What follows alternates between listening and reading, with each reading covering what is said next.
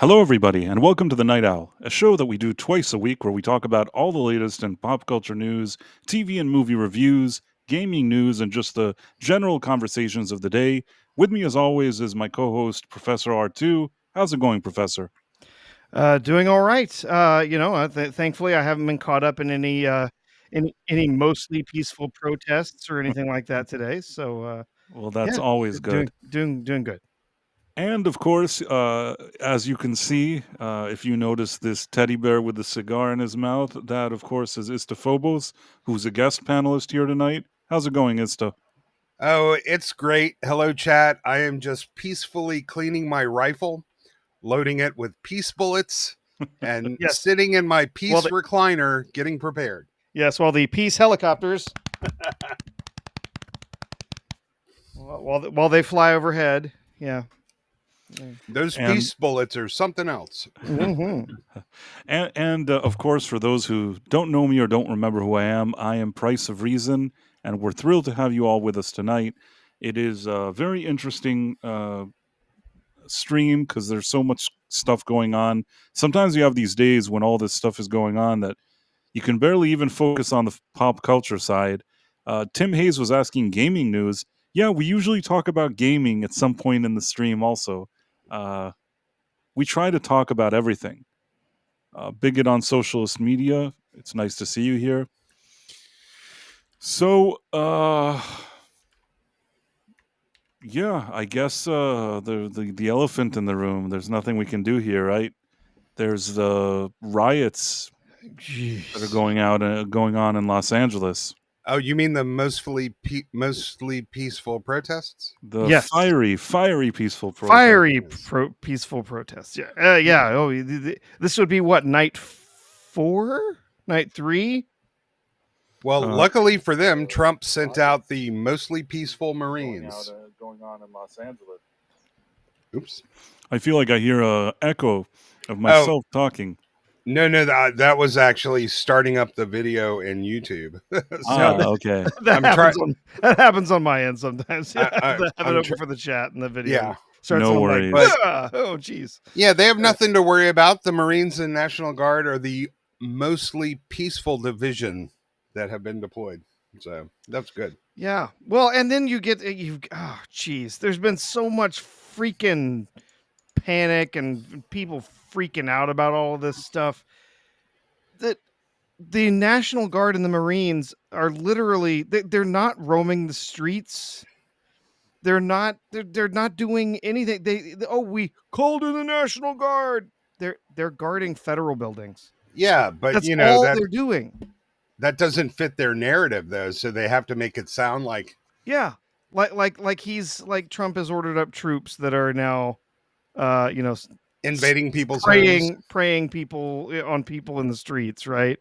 Like no, he actually can't do that, not without declaring an insurrection and putting the Insurrection Act into play, and I don't think he's ready to do that at this point.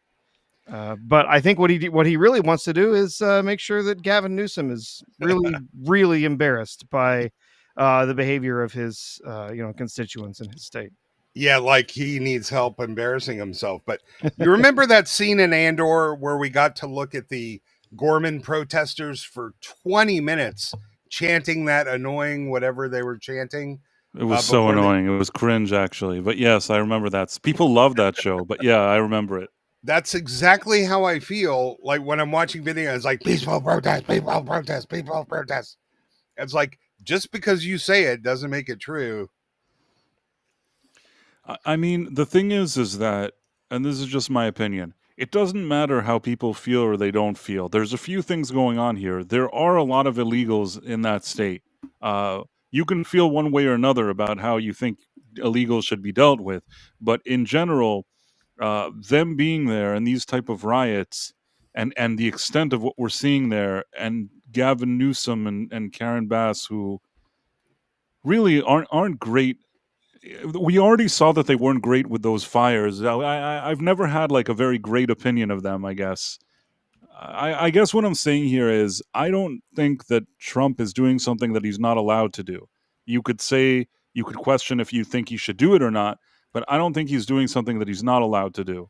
And I'll even say that I think the situation that we're in and everything that's going on in California and maybe even this country, it at the end has a lot to do with what happened with the 4 Biden years, where they just took that border and said, hey, why don't we just let everybody do whatever they want here? In many ways, I think that that's the reason why, even one of the reasons why Trump got elected. Yeah, and it's not just that. It's the 4 years of ignoring the rule of law and order that Biden allowed that makes people think they can just go out and do whatever they want, like clean out an Apple store. Peacefully, though. Peacefully. Yeah. Breaking. Was it in LA? They broke into a sushi restaurant. Yeah, I mean, what is a sushi restaurant such a place where you can find all this like great money? I don't even know what they were doing. I do believe they found some rice wine. They did break into the lockbox and took the money from the sushi restaurant. Yeah. But remember, even NPR and Hillary Clinton admitted that Trump absolutely has the legal right to do that. So they've been saying the quiet part out loud for the better part of a week now, and it's scrumptious. Oh, they're literally admitting that we need our indentured slave class, and without them, we're going to have to pay real money to have people do our stuff. Like, rioting is certainly okay, in Long Beach, but it wouldn't be okay in Beverly Hills. They have a 2-tiered justice system there, but they have strong delineations about where you're allowed to do it. I've said this before. I think I've said it before on my streams, but let me tell you that there aren't many politicians that when I think about them, I have really like a negative feeling. I mean, some of them I do. I don't really love politics or politicians to begin with, but the few that I really don't prefer, I'd say that Gavin Newsom is very, very high on that list.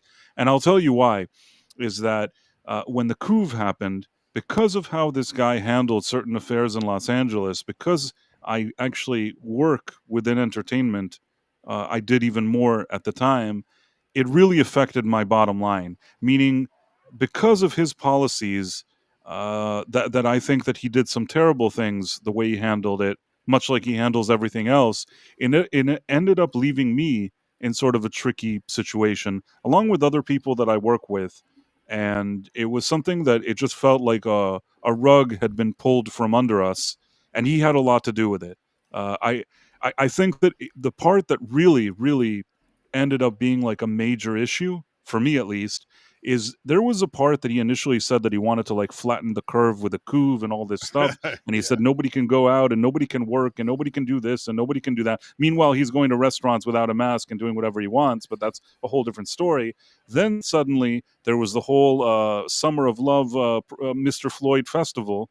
And he encouraged all the people to go out and do all these kind of protests and riots and things like that.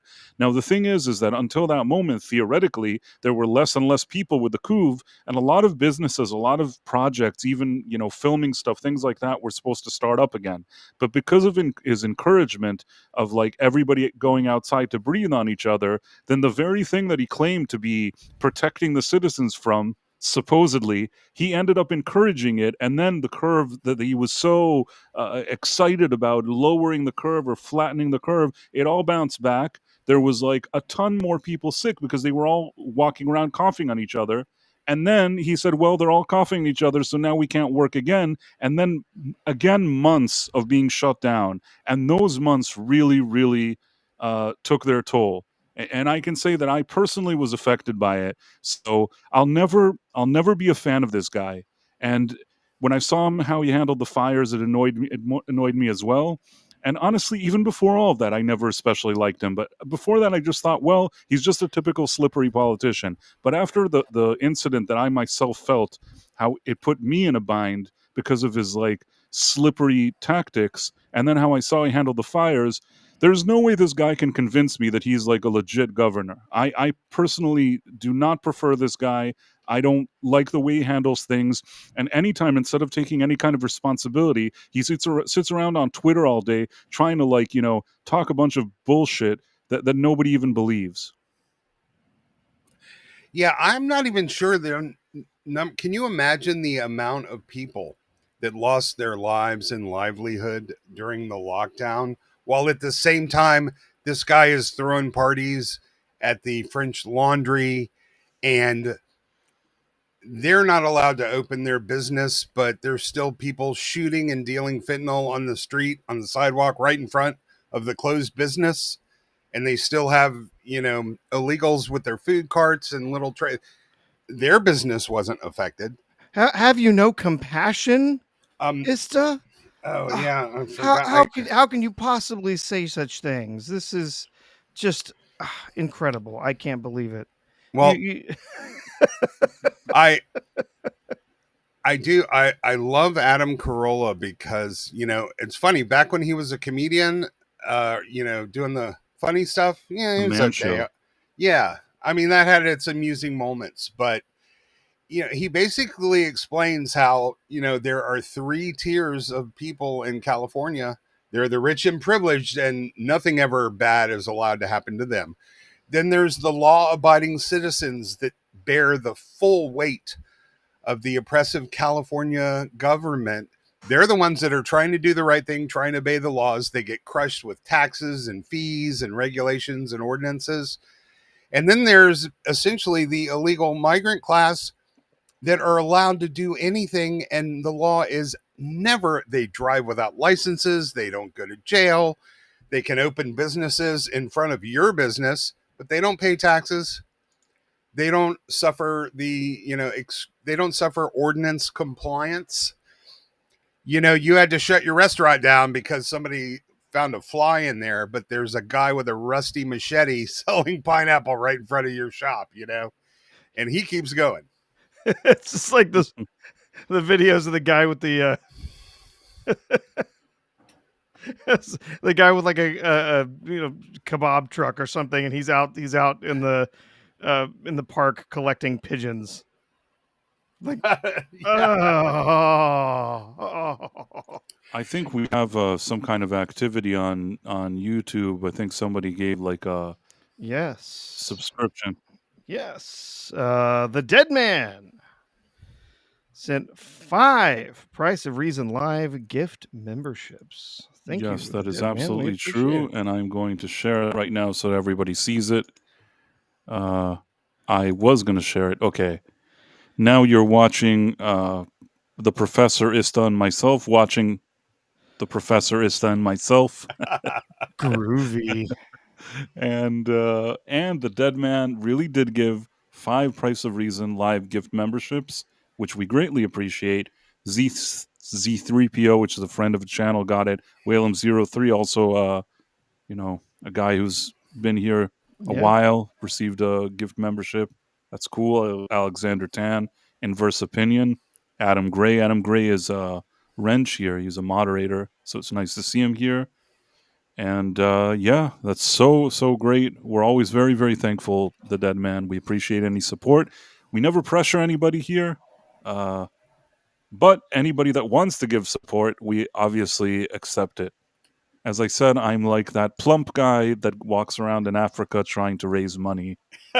For Sally Struthers? It's a Sally Struthers, but what people don't, I can't seem to find that commercial. There used to be this guy who was like super plump, and he had like a beard. He almost looked like he was having trouble walking around because he was like plump, and he's like, "Let's help these poor African kids for just 35 cents a day." For drag on a cigarette. Who's the guy that played for less than a cup of coffee a day? You can help them too, right? Something like that. Who's the guy who played the cop in the wheelchair? Cannon. Oh no, maybe. Are you talking about Raymond Burr? I don't think it was him. No, he was Ironside. Anyway, you're talking about the guy. He looks a little like John Huston combined with one of the 70s obese cops, right? He's something like that. Yeah, I know exactly who you're talking about. He's like, for just less than a cup of coffee a day, you can help these kids. And then you just see like unrelated, just like miserable kids in Africa. It was so slippery. Istaphobos sent 5 Price of Reason Live gift membership. Well, that's very kind of you, Ista. And it's the dead man's birthday. It is. Yes, let's all So wait a second. First of all, Cannoli Sasquatch got a gift one of your memberships, Ista. He's a friend of the channel as well. Oh yeah, hey Cannoli. Cannoli is a swell guy, for those who don't know. And shit, now I want a cannoli to eat. Alyssa Marie got one. She's cool. She's been leaving some great comments. I like her humor. Panda Kolima also makes appearances here and there. Kalekioki, of course. Deeple 101, also a person that we see here. So yeah, this is really cool, man. All these people benefited from your 5 chats. And then we have cool. the dead man, who it's his birthday. So what do? Sing. Happy birthday to you. Happy birthday to you. Happy birthday, dear the dead man. Happy birthday to you. Wow, that's good. I got to work on my harmonies. and many more. Dun, dun, dun. Oh, so did you see what Phantom Monk said? That's listen, I used to live in California back when he was mayor. Dude, I don't see how anybody takes Gavin Newsom serious. Like, he just oozes oil and insincerity and skeeziness. Like, I can't believe anybody would buy what he's selling, honestly. You know what? If I was now making a movie, I would want to work with him, and I'll tell you why. Because if the movie had like a slippery, corrupt governor, like either a slippery, phony, baloney governor who you don't trust that one word that he says, that guy is the best casting. You can't find a guy that does that better than him. He would 100% nail that role. Unfortunately, though, like in real life, we don't really need a person like that to act that way. But in a movie, couldn't think of better casting for like the slippery politician. Yeah, but he'd win an Emmy on the spot, or if it's like a movie and he's in a movie as the slippery governor, wins the Oscar. He totally sweeps it. Well, that's what he is. He's nothing but an actor because there's no substance or sincerity behind anything he does. No, not at all. None at all. But it's so it's sort of, I get the same thing off Meghan Markle. Like, is anybody buying this bullshit? No, but you know what? I think that she's better as sort of being a snobby socialite than he is being a governor. She may be annoying and whatever, but honestly, she wanted to grab a prince, get married, and be like a princess. She got what she wanted. Since then, she's made all that drama about her, good, bad. I don't know if it's good for her, but she wasn't exactly an A-lister in Hollywood. She managed to position herself in the best possible way. And yeah, I mean, I personally couldn't care less about her, but at the same time, I would say that she's more successful than Gavin Newsom. Oh yeah, she's definitely more competent, but equally as insincere. But she can always pull the race card and the woman card. But Gavin's a white man. Why hasn't he been strung up from a tree by now? That's what I don't get. Like, he's the kind of guy that everybody else is firing for being white and male. Phantom Outsider said, Price of Reason Live, this is a movie, Demolition Man 2, and Gavin Newsom is just like the Cocteau, LOL. Yeah, I know what you're saying. Tim A says, I used to think Newsom was rude.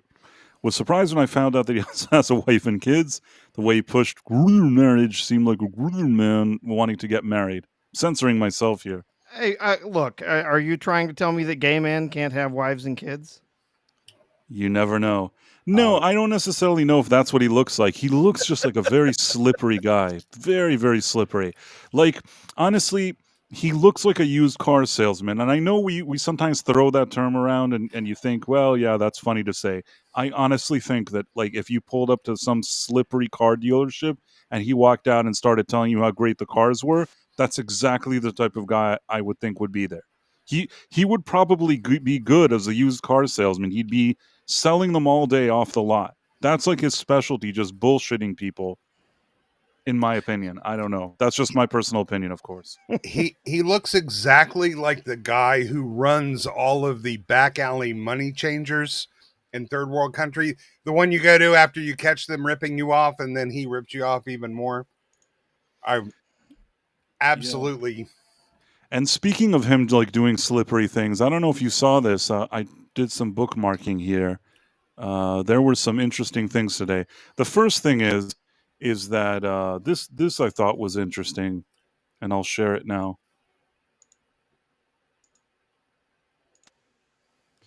So you have this thing where I guess he claimed that there was no phone call ever from President Trump before he sent the National Guard and all those different things.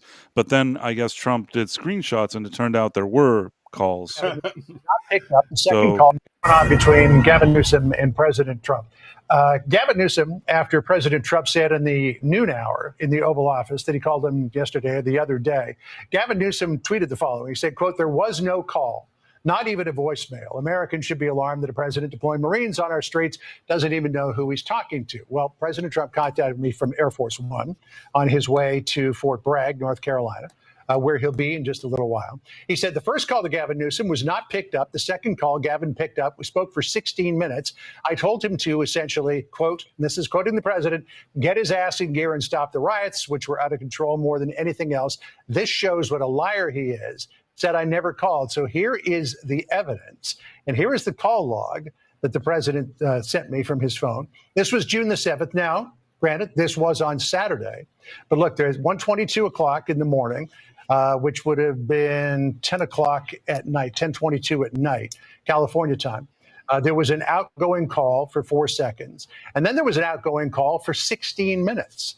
So that from the president, which says is proof that he spoke to Gavin Newsom early in the morning, our time, late at night, Friday night, would have been June 6th, I guess, in Los Angeles.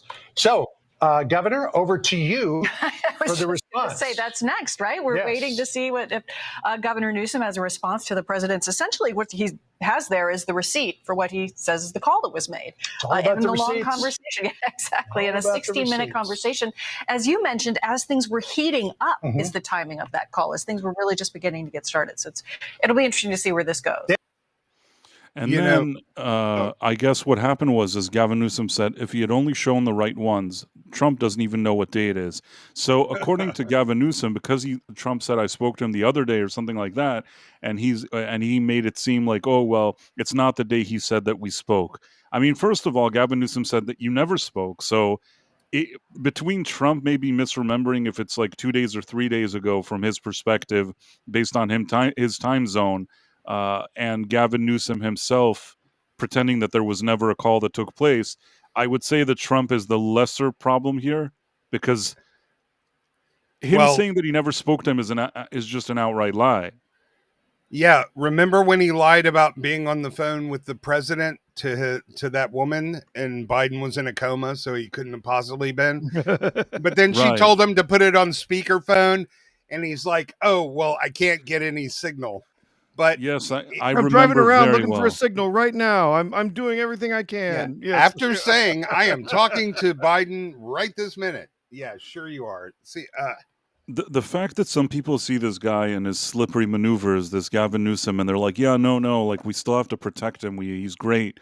I really just don't see it. This hasn't, and also I want to say this has nothing to do with Trump, but I had these sentiments towards Gavin Newsom when it looked like Trump was already, like he wasn't there anymore and it was Biden. And I still felt that way about Gavin Newsom, meaning if there's one thing that's constant about my sentiments over the past number of years, it's the fact that I don't prefer Gavin Newsom and his antics. Oh, you know what? He looks like a guy on The Sopranos or the Mafia that's not 100% Italian, so he can never be a made man, but he tries that harder. He's basically the De Niro character in Casino. In Casino, that's why he has his hair slicked back all the time. You say. Well, it's just a very strange. It's just all so wild. Everything, and of course now, after all the unrest that has happened for days now, they're finally going to put a curfew in place this evening, declaring there's some sort of emergency now. But they're putting Karen Bass is putting this curfew in place, ostensibly because she doesn't want to see any sort of, any sort of thing happen between the protesters and the military that Trump has deployed there or whatever, which is just nonsense. I mean, these people have been going out. They've been causing all sorts of trouble, throwing fireworks and stuff into crowds. I mean, all the footage is there for us to see. Yeah, there are people who are peacefully assembling. Those people are not who we're talking about. There are people who've been standing around, they're chanting on their bullhorns. They sound like dumbasses. Literally, I was listening to it, and I was chatting with the guy, Amuse on X about this the other day, because it was they kept saying, free David Huerta or whatever. He's a guy who was he had actually assaulted a federal officer, and so he was hauled off. They're free David Huerta. They kept chanting that the dude had been out of jail for like 10 hours because he made bail. Yeah, and Maxine Waters is still stumbling around with their cane going, where's David Huerta? And they're free David Huerta. And it's like, these morons don't even know what's going on. They're just standing around like idiots. He's been out of jail. He's literally like, at the same time they're chanting this, he's on a live stream with somebody that's being streamed on CNN. It's ridiculous. Like but those people, the people who are genuinely peacefully assembling, they want their opinions heard, whatever, that's fine. I don't mind that. The problem is that this inevitably has every single night. This has been going on here. And just like happened in 2020, there are bad actors that are showing up and they keep trying to say, oh, it's the cops. The cops are showing up and they're kettling. Do you know what kettling is? The cops are showing up and they're getting things out of hand so that they can start arresting people. It's like, no, the cops don't have time to do that. The cops are too busy trying to not be bashed in the head with bricks and rocks, right? Not to be bashed in the head with, fireworks and, glass bottles and whatnot. And that's why the National Guard's there, because if all the LAPD had to guard the federal buildings, exactly, it would be open season anywhere. But it's important, maybe some people in our audience hadn't heard that there were tens of thousands of dollars of pallets of bricks and gas masks delivered to these sites days before. Yeah, like this is all planned. Yeah, this is every a bit psyop. of it. Oh yeah, it's a peaceful protest. It's all paid for. Yep. Do you know how expensive freaking fireworks are in California? Yeah, and those masks are $60 a piece, and they delivered thousands of them by a truck. That's why I had people looking in Atlanta to see if there were any pallets of bricks like laying on the side of freeway overpasses or somewhere.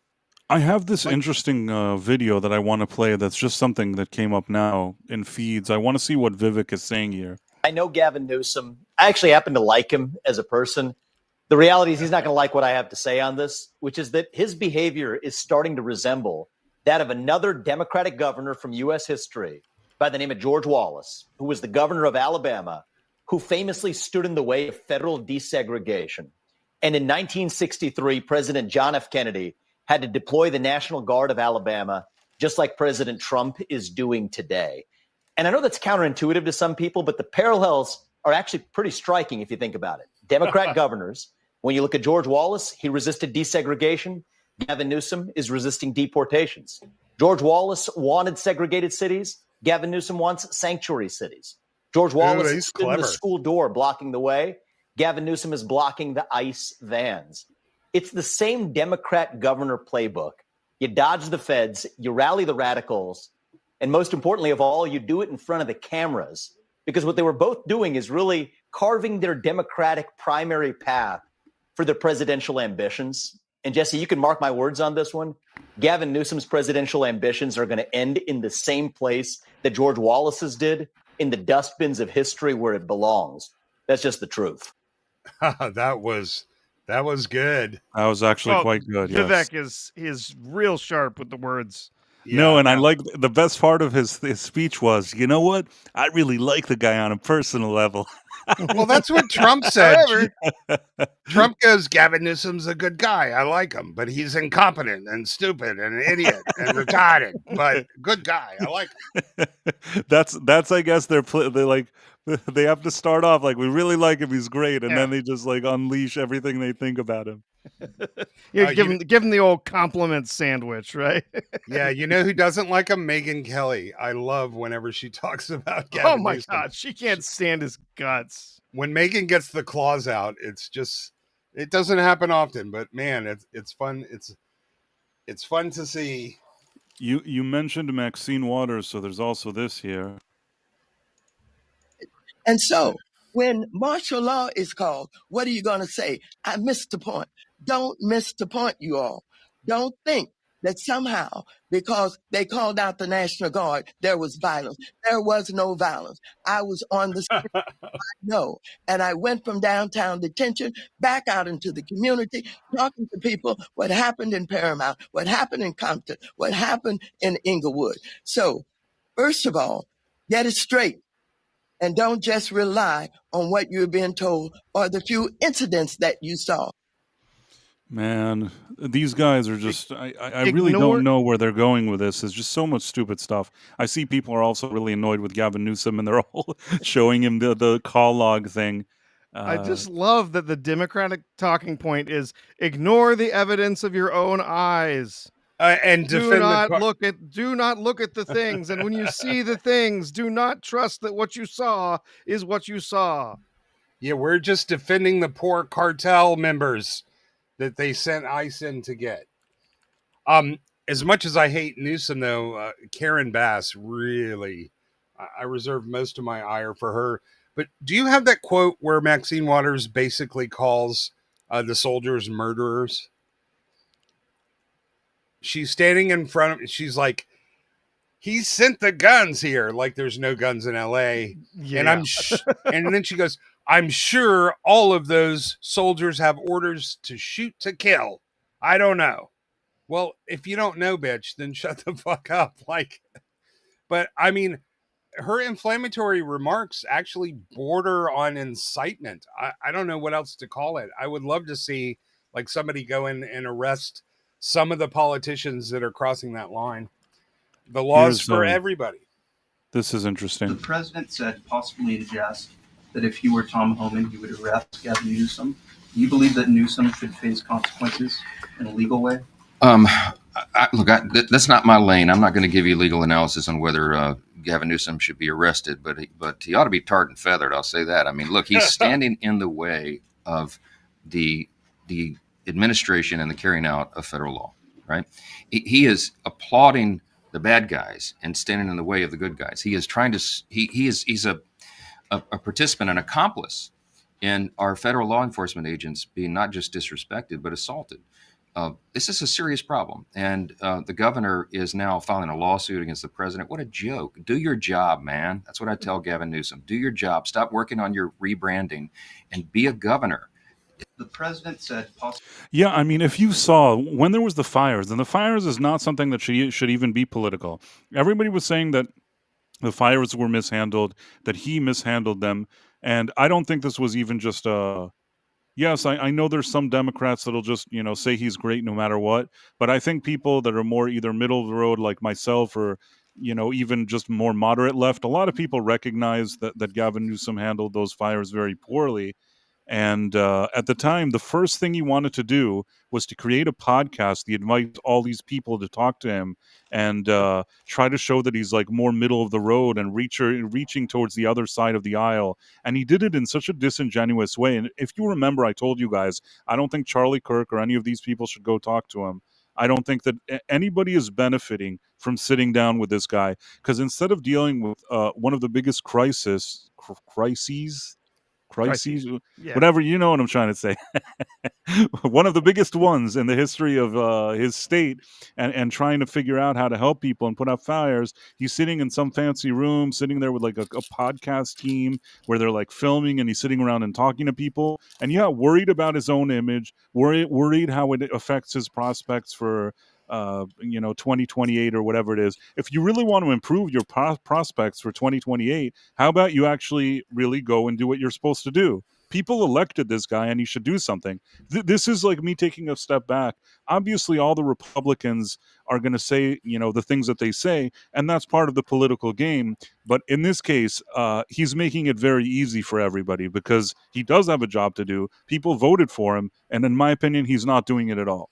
Oh, Gavin wants to be the next presidential candidate for the Democrats, so he has to moderate.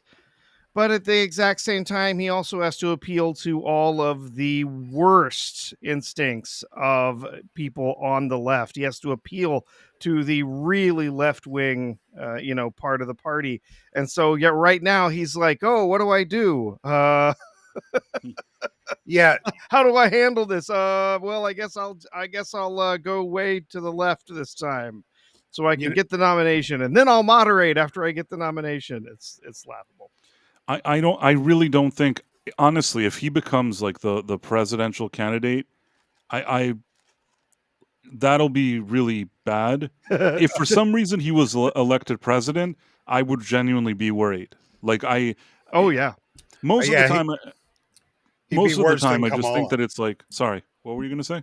I was saying he'd be worse. He'd be worse than Kamala, who would already be a disaster. Right. I mean, the thing is that in most cases, and I think this happened until Biden, I just thought to myself, well, there's some guy there, there's some people around him, there's the usual, Washington nonsense, and it'll be fine, it'll be whatever it is. I usually kind of say that to myself. I'm never really tied to myself to any kind of party, but I think that started changing for me with Biden, in the sense that Biden, I was very early on, even when he ran against Trump, that I said that the guy doesn't look the same way that he did in the past in terms of his sharpness. This was something that I was saying like back in 2020. And over the years, I kept saying, like, I really think that this guy seems like he's confused. Before it became trendy to say it, I was saying it very early on. And I think that today we're looking at a lot of things that happen in this country because they really did put a guy there that probably shouldn't have been there. I mean, I understand that they wanted to get Trump out of the picture, but to run a guy who's basically not 100% there just so they can get rid of them, that to me is going too far, in my opinion. Well, we've known Biden's been a crook since at least 1972, and pretty much like it wasn't even a hidden thing. It was like a well-known, obvious. He's a career politician. Let's be honest. We look at these people in Washington, and I have to be honest with myself. Most of these politicians to me look like these kind of career politicians. Once you're in the center, where all the wheeling and dealing of the free world is like at its center, there's so much money, so much influence. And it's a cliche or whatever it is that power corrupts. I think that most people, even ones that are idealistic, that go there and say, hey, I'm going to go there and make a difference. Then they go there and they get swept into whatever goes on there. And I think that no matter if you're a Republican or a Democrat, there's always some level that you get caught up in these type of wheeling and dealing. And for me, I've just grown accustomed to that happening. I don't know that it'll ever stop. Maybe it'll always be that way. But the only thing I say to myself is, fine, they can do all the wheeling and dealing. At least try to do something that's actually good for Americans. You know what I mean? Because I'm a practical person. You should have to have a real job before you can like run for federal office. But Price, I want to tell you this because I was actually on your stream. When you called out Charlie Kirk for going on Newsom and you said he shouldn't go, I didn't agree with you then, but I was wrong and you were right. Absolutely. Every conservative person that showed up on Gavin Newsom's podcast was doing everyone a disservice. I didn't see it at the time, so I just want to call it out because I respectfully disagreed when it happened. But now I see, yeah, you're absolutely right. But the one thing, Gavin, he must just like to see California on fire because every one of his policies, everything he does just makes shit burn. And remember, according to them, it was all under control. Like Amuse, I love when he had Karen Bass talking, we had it all under control. And then they show all the things burning and the flags and, and the bricks. And people don't realize when you throw a brick at a car, that is lethal force. That's not like punching somebody in the gym showers. Yeah, or especially if you throw it off of an overpass. Yeah, people like, oh, they just threw a water bottle at the cop. Well, the cop doesn't have time to decide if that's a water bottle or a Molotov cocktail. That's why you don't do stupid shit like throw things to cops or spit in their faces. That is actually, it's within the rules of engagement to respond to that behavior with lethal force. And I love when they finally deploy. You remember, I don't know, I was up all like 2 or 3 a.m. when they finally sent in the cops and they finally cleared them out. You remember how awesome that was? The flashbangs, and then all of a sudden the people are, you can't arrest me, and they're crying. And so it just showed, it was just like the border. When somebody wants to actually take care of the situation, they can do it like that. You just need to take action. Just got to have the grown-ups show up and say, guess what? You have to follow the law now. And if you don't, there will be consequences. Remember when Texas tried to secure their border on their own and they were stood down because the border is in the federal purview? And Biden said they can't do that. And all of the Democrats are saying, you can't do that. That's a federal job. Well, why aren't they saying the same thing now? Well, we know why. They're all hypocrites. Yeah, we know why. I don't reserve hypocrisy just for the left. You know, in fact, I will vote for the least hypocritical politician I can detect. That's pretty much my bellwether. Right or left, I don't care. If somebody's consistent and well-reasoned, that'll probably be the person I'm inclined. Not that it matters who you vote for, because some federal judge is just going to make policy anyway based on who's paying them the most money. Sure going to try. Yep. By the way, I just love how I have to give myself props in how I put the avatar of Istaphobos here. I really like that there's a robot, a little sock puppet, and a little teddy bear with a cigar. That's exactly that's the perfect vibe for this stream, in my opinion. When you said you had an idea, I had like, that was perfect. When I saw you, you know, you were kind of dragging me over. I'm like, that is. So are you on a spaceship? Is that, am I the co-pilot? Yeah, we're both now? Technically we're on a spaceship, Oh, Istaphobos. So yeah, this is and Professor Artoo is on a different spaceship. We're on 2 different spaceships, but Istaphobos, you're a guest on my spaceship. Well, thank you. It's good to be here. And yeah, people are saying in the chat that you know, that MAGA is its own movement. Bigot on socialist media says a lot more problems in U.S. government than the last term. Almost all of them are scum. Following U.S. politics is exhausting. I've worked out I'm not a liberal or conservative. You know, I'm just a practical person. I think that one of the most practical things about me is that I really do recognize that you know, Washington is always going to be a place like that. I think I've said it before here that many years ago I was in a class in like a college situation, and I think I had more kind of maturity and wisdom than a lot of people around me. I'm not saying I was the smartest person, but I'm saying I certainly had a certain maturity. And I was explaining to the professor like the corruption and how like these people are corrupt and those people are corrupt. And one kind of very innocent, you know, I think he was like probably an 18-year-old whatever student, very innocent. And he's like, how dare you say that about the American government? And I'm like, man, is this guy an idiot? It's like, dude, you're like a 5-year-old kid. I kind of looked at him. I kind of chuckled, I think he got so upset. He was like red in the face, and I'm like chuckling. And I think even the professor was chuckling. You know what I mean? Anybody that's been around the block a few times knows that this is all some big joke. Yeah, but it's what I really don't get. I mean, the media has lost so much credibility. It's like Rotten Tomatoes. Some people still listen to that. Why? You already know it's a complete sham. Yeah, it's bought and paid for. Yeah. Like, you have to take those opinions with a grain of salt. Like, it's stupid. It's bought and paid for, and then they even edit the public that they can go on and put reviews now. They make it so that only people who buy tickets through Fandango can be the ones to get to put in their opinions. I really hope they're able to follow the money back from those bricks and see. Maybe they already know. I don't know. And maybe it's part of their rules of engagement that they're not going to tell us the whole truth about where it comes from. But I think they know. Did either of you read that Michael Schellenberger? I'm going to play some of it now. Let's see what happens. Because me reading it won't be as good. Yeah, because that guy's liberal, man. He used to run Greenpeace for fuck's sake. Sorry, Sean. Yep. The answer to the bricks is Alex Soros. Yeah. A lot of people are upset about all of these images of rioters in Los Angeles waving the Mexican flag. If the protesters love Mexico so much, people are asking, why are they so upset when the U.S. enforces laws against illegal entry?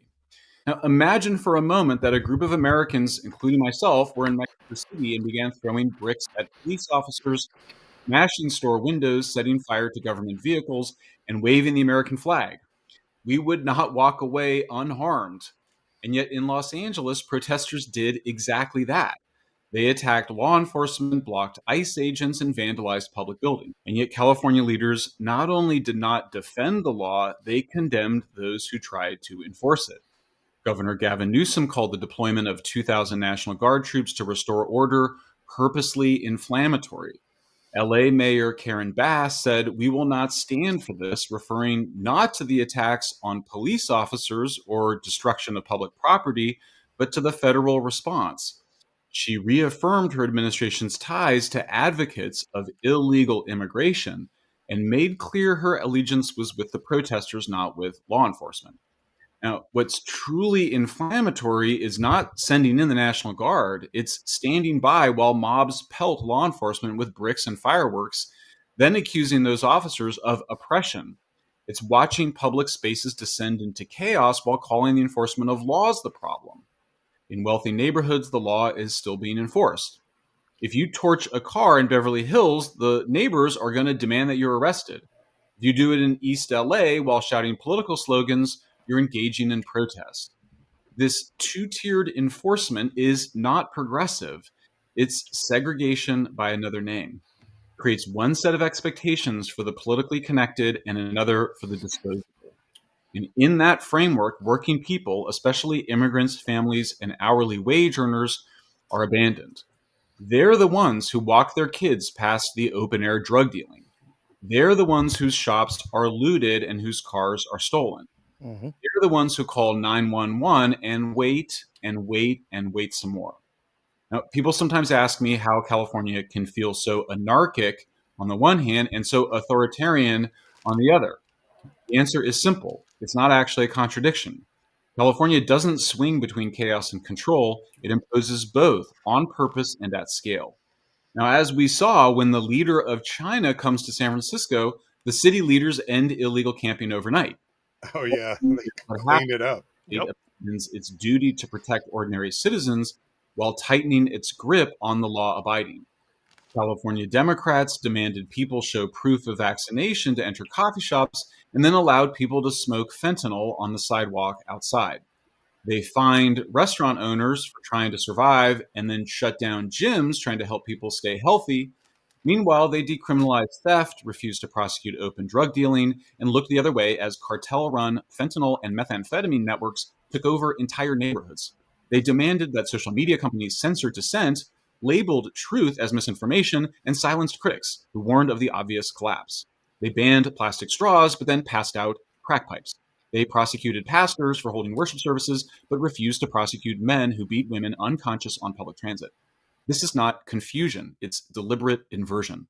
You could get cited in Pasadena for watering your lawn on the wrong day of the week, but not for operating a meth lab next to an elementary school in Venice Beach. To be Lose fair, your as job a for former refusing a crack booster addict, and crack keep a pipes are pretty taxpayer-funded damn hotel important. room while terrorizing pedestrians. You could be banned from Twitter for misgendering someone, but face zero consequences for selling the fentanyl that kills a person. These are the inevitable outcomes of a broader campaign to dismantle civilization. Now, that may sound extreme, but it's exactly what's happening. California's left does not believe in the legitimacy of the American legal system. It does not believe in borders. It does not believe in the equal application of the law. Nope. It sees those things as tools of white supremacy, and so it seeks to undo them. Refuse to prosecute, refuse to arrest, refuse to respond. Let the system collapse under the weight of its own paralysis. In its place, they promise a new ethic built on harm reduction, lived experience, and the abolition of carceral logic. But the reality is violence, fear, and disorder. During the pandemic, Governor Newsom released nearly 15,000 inmates from prison, including violent offenders, under the banner of public health. A full 1/3 of them victimized people and ended up back in prison. For years, Californians were told by their media and political leaders that reports of rising crime were exaggerated or invented. They were told that what they saw with their own eyes was a moral panic. Editorial boards accused concerned citizens of racism and hysteria. News anchors spoke of a crime narrative rather than crime itself. But the data eventually became impossible to deny. The state's own figures now show that California's violent crime rate under Newsom rose to be 31% higher than the national average by the end of 2022. I'm sure. In Los Angeles, aggravated assaults rose 23% between 2019 and 2022. When voters last November tried to take back control by passing Proposition 36 with over 70% support, which allows judges to mandate addiction treatment, Newsom has refused to fund it. The fact of the matter is that the people who run California don't see the riots as a crisis. They see them as a cleansing. They believe civilization itself, in the form of its laws, its borders, and its police, is corrupt at the root. In that worldview, civilization is not progress, it's crime. It's what made the conquest of indigenous people possible. It's what permitted slavery. It's what created capitalism, fossil fuels, families with 2 parents, and fixed addresses. To them, the entire American project is a centuries-long atrocity masquerading as democracy. In their view, public order is not something to protect, it's something to dismantle. The violence we see in the streets is not a failure of their leadership, it's the fulfillment of their ideology. They believe the very existence of American law enforcement is an expression of white supremacy. The burden of all this doesn't fall on the celebrities or the influencers or the politicians who created it. It falls on the working people and the poor, on the elderly, on the immigrants who follow the law, on the single mothers trying to keep their kids safe, on the nurses and teachers and cashiers and delivery drivers who can't afford to leave. It falls on the people who believed that if they worked hard and obeyed the rules, the state would protect them. Instead, the state has turned its back on them. And all the while, we're told that the law is the enemy. The truth is, the law is what makes life livable. It's what allows strangers to live alongside one another. It's what allows parents to send their kids to school, to open a store, to walk home at night. If you're not already a subscriber to Public, please subscribe now to support. Okay. Yeah. That is absolutely brilliant analysis and just 100% on target. That's it. The current power structure on the left does not value our civilization, and in fact, it's the opposite. They want to burn down our civilization. They want it destroyed so they can rebuild it in a way that they believe is equitable. But still with them on the top. And but of course with them on the top. Yeah, hey, you know what? Yeah, some animal, all animals are equal, but some animals are more equal than others, right? And this guy is a liberal. If he ran, it would be as a Democrat, and I would vote for him in a heartbeat. Yeah. Okay, so first of all, the dead man gave a 99 cent poop sticker. Thank you, the dead man. That's very kind of you.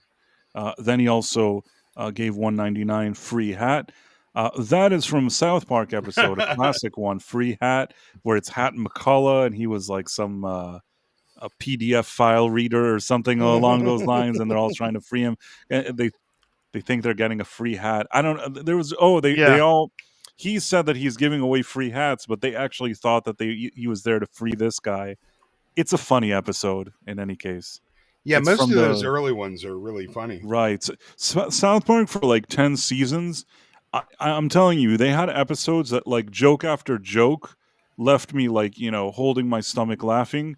And then after season 10, I just at some point felt that they're still funny, and there's like a few moments in the episode that they can really bring a point home and make me laugh hysterically, but like they don't bring the same kind of effort they did as they did in the beginning. I know that's a terrible thing to say, but I really feel like they don't have that same drive that they did in the early days. I can't blame them. It's nice that they even still do it, but it's just those those early years, even like the first 10 years, are one of the best satire that I've ever seen. Yeah, I would say like season 10 to around 16 was like the worst. It just wasn't funny. But then they started because their turnaround time for an episode is only 2 or 3 days. They really started poking fun at like what was going on at current events. And I think it got funnier, like the whole Kathleen Kennedy episode. But remember the free hat episode? Remember what the boys, what they were rallying against? Yes. Wasn't that George Lucas and they were Spielberg changing their they were thing? trying That to was save movies hysterical. from being changed by the fact that he became like Darth Vader, and then like I don't know, the way they made Spielberg and Lucas in that thing, and how they ruined Indiana Jones. Man, there was just joke after joke in that show. That was them in their prime. Yeah, there. I wouldn't say that from 10 to 16 it was bad. It's like I could still watch the episodes, and like I said, scattered there would be jokes that like landed, like really good jokes, but it wasn't that feeling that you keep getting like 1-2 punch after the other. Like they kept trying to serialize the stories a little bit more, and I thought it took something out of it. Yeah, it wasn't awful. I went maybe not bad, but I didn't laugh. I don't think I really ever laughed out loud. And then a couple of years ago, they just started hitting it in a different way, and I found myself laughing again. You know, man, those guys are rich as hell. I still have a little Cartman thing on my wall that I bought. What, they've been 35 years since South Park, or something like that, before I got sober. And I bought all the merch way early on. I remember when we were circulating the Santa versus Jesus video in the MPEG format, you know, before high-speed internet. So somebody in the comments that in the UK a 10-week ballroom dancing competition, is that like Strictly Come Dancing or one of those things, was won by a blind guy. DEI is crazy here. Also, a property show was presented by a wheelchair user trying to show people a 2-story mansion. I mean, listen, the thing is that I don't have anything against featuring people who are blind or people who are in wheelchairs or things like that. If there's a if there's a good way to incorporate them, and it doesn't take away from whatever it is that you're viewing, I'm not against that. I'll tell you what. The only thing is that it's interesting you brought up the wheelchair. Like in Doctor Who, in the if you even want to call it Doctor Who, they have I don't know what she's called, and I'm sorry that in my reviews I think I called her Wheelchair Lady. Nitrous oxide powered turbocharged wheelchair chick. Yeah. I don't know. That's funny. Oh my god, this is so funny. I have to show you this. Are you ready? Yeah. Or flux capacitor wheelchair chick, because she got the flames now. Yeah. I have to show you this. This legitimately made me laugh now. Are you ready? Yes, sir. Okay. I'm going to share this screen with you. Where is it? New tab. Okay, are you ready? So, it didn't show it. Okay, let me do this. Doctor Who, and then I write wheelchair, and it comes up with Wheelchair Lady. Wheelchair Lady, yeah. And I didn't even know that. It's recommending that we call her Wheelchair Lady, because you know why it's funny? Because the writing is so poor these days, and this just really proves it, is that I don't think anybody even knows who that lady is and what her name is. She works at UNIT. Aside from that, I couldn't tell you anything about her, anything about her character, anything about her personality. I don't remember her name. I just know that there's a woman in a wheelchair. And let me see if I can come up with a picture of her. Wheelchair Lady. So It's this lady here who's in a, let's see. Can you see it? Yeah. So basically, what happened is that they introduced this lady in the bait and switch specials, which they first brought David Tennant back, and immediately she goes to like the scene of a crime, like there's aliens that did something there, and she goes to that scene, and she's in a wheelchair. Now the thing is that there's all these stairs, these kind of rotten old stairs that the soldiers are going up and down trying to investigate, like the premises, and she's like walking around giving them orders, and it's like, man, they would not send a woman in a wheelchair to a dangerous area like this where she can't even get up and down through all these different places. It is just, it's forcing something into something that just doesn't make sense. Now if you said that like you go to unit and she's sitting there next to a desk, in some cases they did that, I think that's better. The problem is once you already went there and she was at a desk, that was also weird. Once she was suddenly standing. I don't know how she was standing, but once she was standing like next to her wheelchair and then she sits down on it, which was very confusing. And in addition, they just didn't give her much personality. Aside from being like wheelchair woman, what is she to the show? Nothing. And that's the problem, in my opinion. Are you trying to tell me that people in wheelchairs can't stand up, Price? Are you really that much of an ableist? I have no idea. I assume that she's in a wheelchair maybe in real life and she can't stand up. But I'm telling you, there was an episode. I know this sounds crazy. I sound like the Twilight Zone, like the guy that there was on the wing. There was the gremlin on the wing or whatever it is. But I am telling you that there was an episode that she suddenly looked like she was standing. I know it doesn't make sense, but that's what I think. I have nothing against any of this stuff. I spent most of my life not even seeing color, but what I have is a visceral, cringy reaction when somebody is obviously doing something for the sheer value of look at me, look how great I am. They don't believe this stuff. They don't believe in equality for the handicapped. It's all virtue signaling. I was trying to think of a better term for that, and it's so obvious. Like, you know, we brought up the show earlier, Ironsides. That was a cop in a wheelchair. It was a weekly show. You know, he was in it, but it might as well not even been there. He was just a cop and he used his brain like the better cop shows. And so, yeah, he wasn't going to chase anybody down. He had a partner for that. But the point is, you didn't really notice because it wasn't important. They weren't trying to virtue signal. And have you read the Lincoln Rhyme books or seen any of the Lincoln Rhyme movies? Oh, they made it a terrible TV show too, I think. That's Jeffrey Deaver's detective. That's a paraplegic. He's a C4 quad, so he can only move his neck, but he's brilliant. This was the one that she was standing. I guess somebody managed to get the thing, and they're like, you don't understand how the being in a wheelchair works. I'm not saying that. I don't know what the disability is. I just know that it just was odd that she could stand, but I understand that maybe I don't know all the ins and outs of this. I just found it strange when it happened. But regardless if she could stand or not for 1 second, or maybe she can just get support from the chair, but she can't really stand. All I know is that they never gave this character any personality. Basically, she was just there, stunning and brave. You know what? If they really gave her something more serious to do, and she actually had something, I think that would be better. For example, and I can't believe I'm going to say this. I am embarrassed now about what I'm going to say. There is a show called Tracker. This is not by any means like the best show I've ever seen. Oh, is that the guy from Highlander? It's not from Highlander. Isn't he from like not Lost or one of those? I don't know. Maybe he's from. Shoot, I don't remember now. Justin Hartley, is that his name? I don't remember where he's from. In any case, this Tracker guy, it's a guy that he looks for missing people. Sometimes if I'm in a family setting, it's kind of like a show you could put on in the background and it's non-offensive.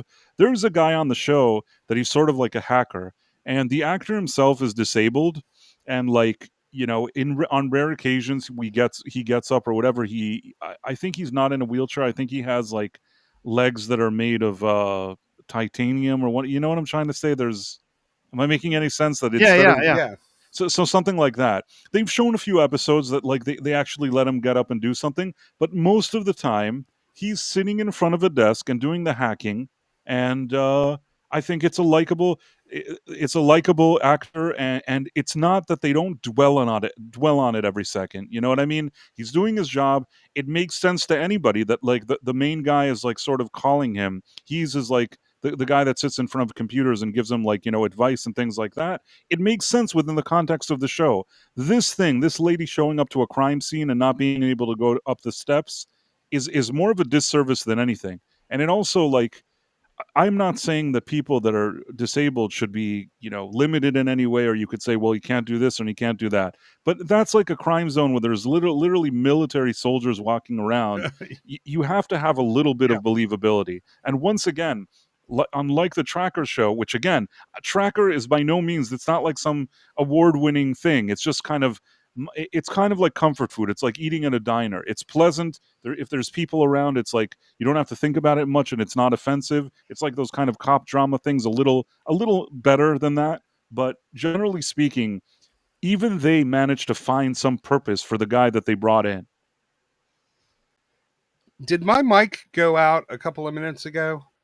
No, I think you're fine. I don't know, but I see that you brought the free hat. What? Oh no, I've landed in LA, so just seeing some of the peaceful protests outside. By the way, Price, someone was pointing out in the chat, this is the actual actress who plays Wheelchair Lady has spina bifida. So it's a actual disability, so she can stand for brief amounts of time. So yeah, fair enough. Listen, I am not saying she doesn't have an issue. I have nothing against this actress. I don't know her, and I think that if she is, I wouldn't know if she's a good actress from this show because they didn't let her do anything of. It's just it's not explained. You've got someone who's apparently confined to a wheelchair who then in a scene is standing around. Right. I mean, nobody explained it, and nobody also gives her any kind of character or character development. I'm not saying that you can't put a person in a wheelchair on a show. I'm not saying that at all. And I think that sometimes you need somebody that's an actor in a situation like that, and it works. I'm not saying that she shouldn't be able to get that opportunity. All I am saying is that, like you said, it's not explained, and they didn't give her much to do anyways. There was also a show called Tracker in 2001 starring Adrian Paul from Highlander, the series. I see. Marlo Sherendorf is saying, this is us, Quantum Leap 2022, Young and the Restless, Adam Newman. Is that... who? Is that a person in a wheelchair? I have no idea. It's just the sheer empty virtue signaling that bugs me. It's not about letting anybody or any group being represented, but nobody knows how to write good story or characters anymore.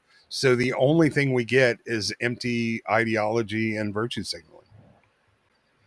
Hold on. I have Nudix. A Tracker was too corny and for my boomer parents, if that tells you anything. You know, it's weird. I think that in the first season of Tracker, they wanted it to have like a LG angle where there's these two ladies. And then in the second season, they kind of unloaded one of the ladies and just made it that there's just one lady who I guess is more LG, but they kind of got rid of her partner or something. I don't know. Sometimes I wonder to myself if they weren't trying to kind of minimize the LG angle there, but I don't really know. Anyhow, I personally, most of the show is just a guy walking around and trying to find missing people. You're right, it is a bit corny, but like I said, it's like eating at a diner. It's not a show that I have to think about a lot. And like I said, if I'm in a family gathering or people or whatever, sometimes somebody puts something like that in the background, I don't have an issue with it. But again, I'm not claiming that this is like, you know, the best show ever. It's also, we're kind of more geeks or whatever. There's a lot of shows that I would watch that maybe, you know, people around me wouldn't watch. And I'm still trying to figure out what Marla was saying. What was she saying about Adam Newman? Who's Adam Newman on, it's Victor Newman's son? I'm ashamed that I know who Victor Newman is, but... He's not the guy that sang Short People? Adam Newman, Young and the Restless. is this guy, let's see, is this guy supposed to be, he doesn't look like he's disabled. He just looks like a regular dude. Ah, okay. I think that what she's saying is that Justin Hartley used to be, okay, I got you. He used to be, at some point, Adam Newman on Young and the Restless. But if he was, I think he was only for like a short amount of time, because there seems to be other Adam Newmans, no? What do I know? In any case, he was on an episode of Quantum Leap, I think, in some stupid one with bounty hunters or something, whatever it was. Yeah, I'm sure. I thought Alan Ritchson played Aquaman on Smallville. Anyhow, bottom line is, I think I understood what Marla Sharondoff was trying to say.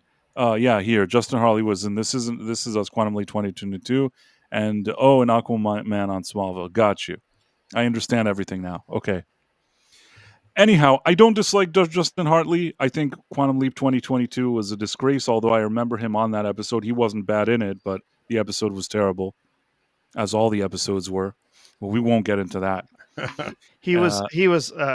Hartley was Aquaman in the TV movie Aquaman from 2006, which was appallingly bad. Oh, almost as bad as that. You remember the TV version of Flash Gordon?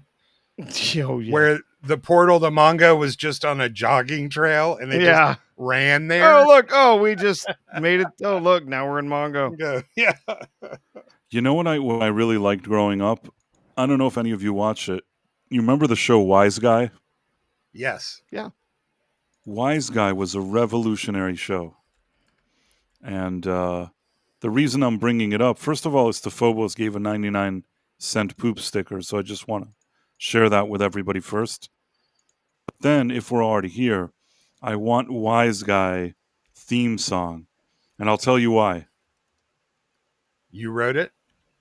I wish. It's a really good one. It's a wonderful, wonderful. Hey, the show had Jonathan Banks in it. You know, it did have Jonathan Banks. The reason Jonathan Banks was actually in Breaking Bad was because of Wise Guy, but we'll get back to that in a second. Are you seeing this? Can you see it? Mm-hmm. Yeah. Okay.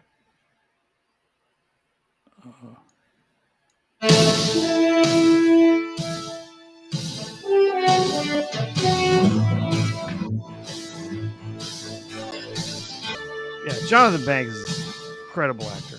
Incredible actor. Now, this is the reason I was showing you. See the guy in the wheelchair? Yeah, that's Jim Burns from Highlander. Right. Okay. So Jim Burns, basically, he was cast in this show. He's in a wheelchair. He's kind of, going from listening device to listening device, wires and whatever, and providing him intel and information. And you know what? It was great. It was great that they managed, but the thing was never really focused on the fact that he was in a wheelchair. He's a double amputee. Mm-hmm. Right. The actor in real life isn't a double amputee, but the show treated him with such respect, and he was like, whoever liked this show automatically liked this character. I think that they knew what to do with him, and in some later episodes, even we see a bit more of him on a more personal level. I have always liked how they handled a character like this. Even, let's say, like we think about Ironside, yes, Perry Mason was not in a wheelchair, but if you made a show with a guy in a wheelchair and he's like solving crimes or whatever it is, there are certainly things that you could do, and it's not a limit if a person is in a wheelchair, but you have to put in the work. See, what's become with Hollywood, it's just like, hey, we put a person in a wheelchair there. That's nice, but that doesn't mean anything. You know what I mean? You don't get a pass for like shitty writing, sorry, Sean, and like poor storytelling just because you hired somebody in a certain, with a certain disability or something. You still need to do something with that person. I'd like to point out Jim Burns was in most of the seasons of Highlander. He owned a bar and he was a blues guitarist, because in real life he is, and he's got a couple albums out that are not bad at all. I'll tell you, to this day, he is one good-looking man. Yeah, he was one of the most beloved characters on the show. Yeah.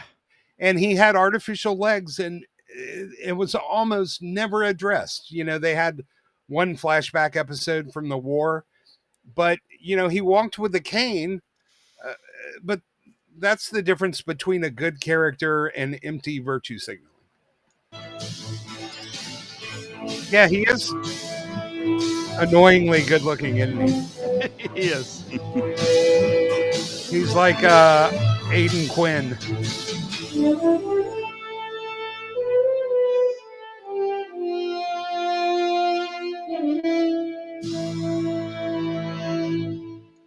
Awesome.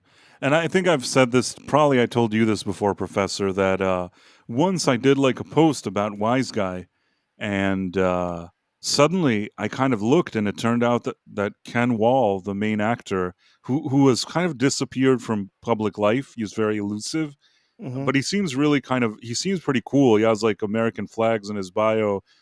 He seems like a cool guy. In any case, he's very kind of, I don't want to say recluse, but you don't really see him a lot in public or anything. And he liked my post. Oh, yeah. I think maybe even he and I afterwards, we follow each other. I don't know if I've ever even, sent him a personal message, because I feel like if I will, maybe he'll unfollow me, and I didn't want that because I grew up watching this show. Well, he broke his neck in 1992, and that's why he stopped acting. Had some things going on, but let me do this. I will share this with you. So first of all, help hero vets with shelter pets, which is a good cause. And, when you look at his bio, it's kind of older pictures seemingly, but can you see who he's following? Do you see it? Now I do. And the reason why, listen, it says that he's following 21,000 people, so I guess I'm not that special. But I think that when he followed me, he wasn't yet following 21,000 people. I was still very happy. And it was after he liked a post that I wrote about Wise Guy, and then he followed me, so I was really happy. I don't think I've ever written him a message or anything. Like I said, I don't want to annoy him or anything. But I grew up watching that show. I think he was great on it. There were some issues in the later seasons. I think he left and Stephen Bauer came in, and there was all this weird stuff going on. And I think that he broke his leg, and he also had some injuries aside from that. And later, like you said, he broke his neck. There were a lot of things going on. But those first few seasons where he was like the main guy, and they had a good writing team and whatever they did, years ahead of its time when it comes to television. There weren't many arcs, and many you didn't have many shows that were this type of show with ongoing arcs the way Wise Guy did, and it was almost like a show that could have been on cable prior to cable. It still had to kind of conform to network TV stuff, but they were really pushing the envelope.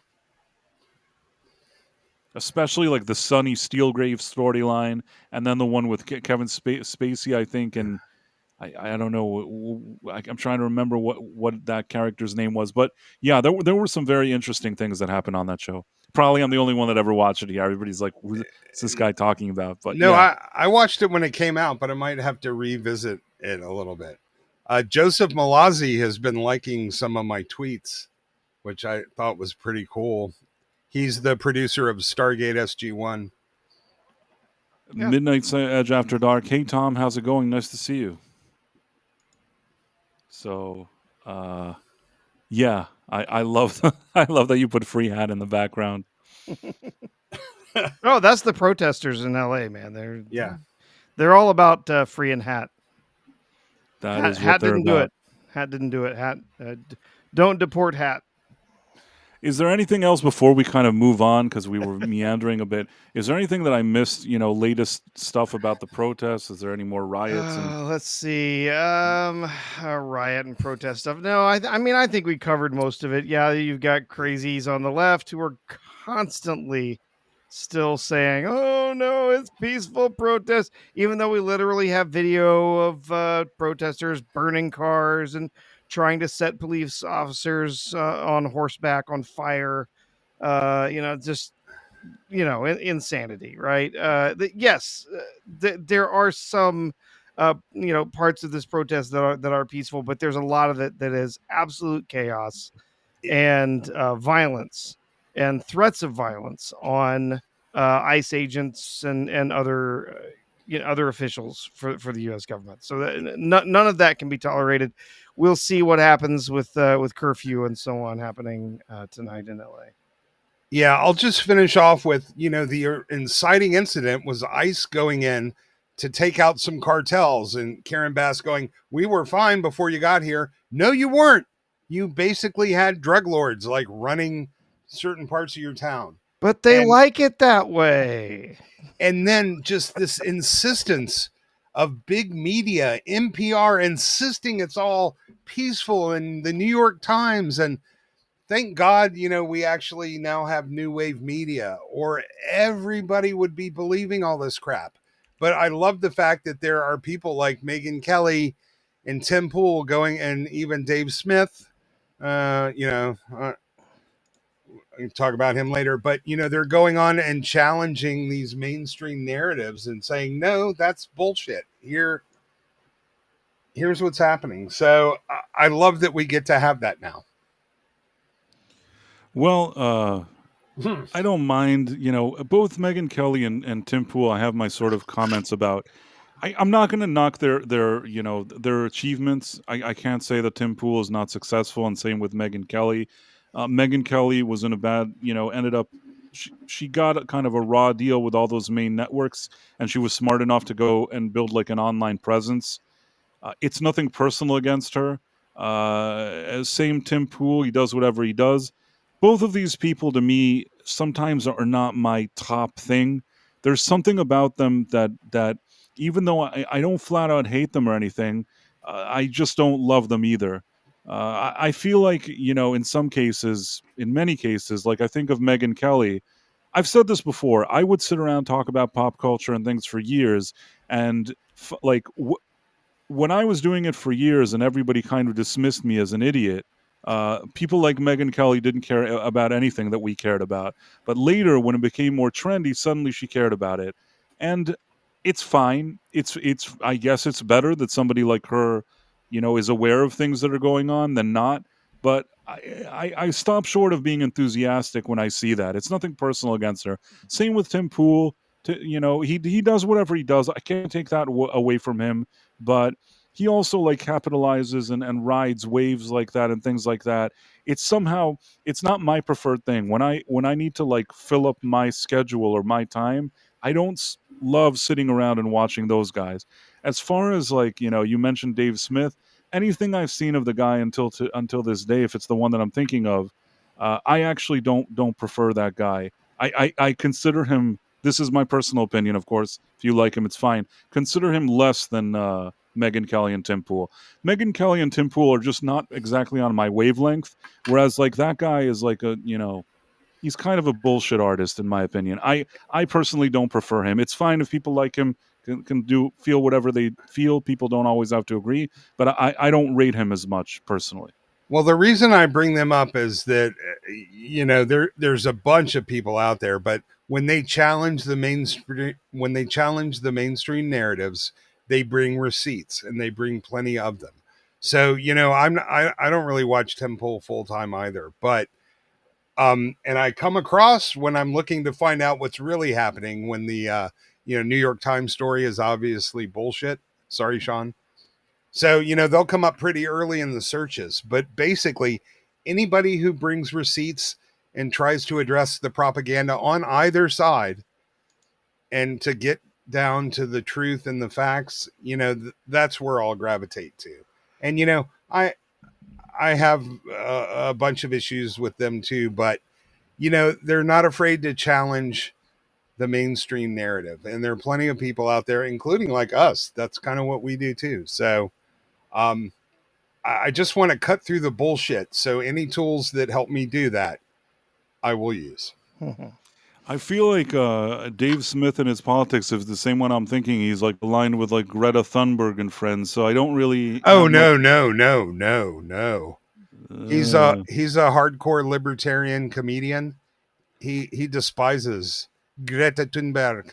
I don't know. I remember things that I've seen before of him, and I guess I didn't prefer him. But again, people may like him or not like him. It's fine. I can't tell people who to like. From the little that I've seen of him, he didn't make a good impression on me. He knows how to talk. He's definitely. I also, first of all, he's supposed to be a comedian, and I think I didn't laugh at anything he said, which is never a good sign.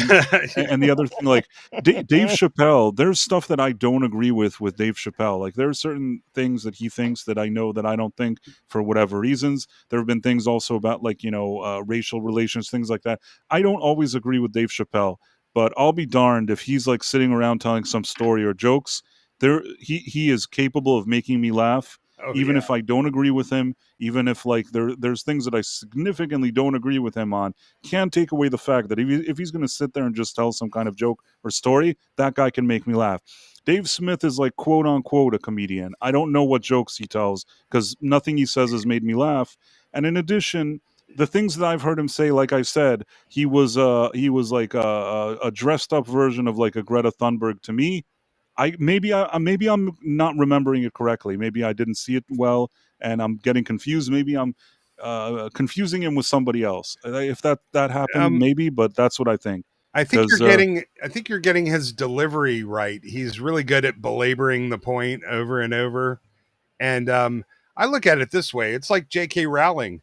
I disagree with her 99% of the time, but on that one thing, I'll take her lead because I think she's got it right. So I never really 100% agree with anybody, but I think maybe you just heard Dave Smith about a particular thing.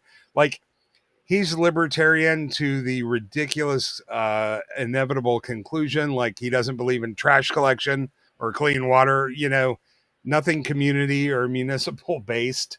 Like he's that kind of libertarian, which I think ignores the fundamental communal nature of humans and reality. But it doesn't mean he doesn't make some good points. Just like J.K. Rowling is a screaming liberal, but when you're talking about trans stuff, she makes very right, and I don't see eye to eye points with her on things either. I'm very aware of the fact that she's extremely far left, except for one thing. So yes, I agree with her on that one thing.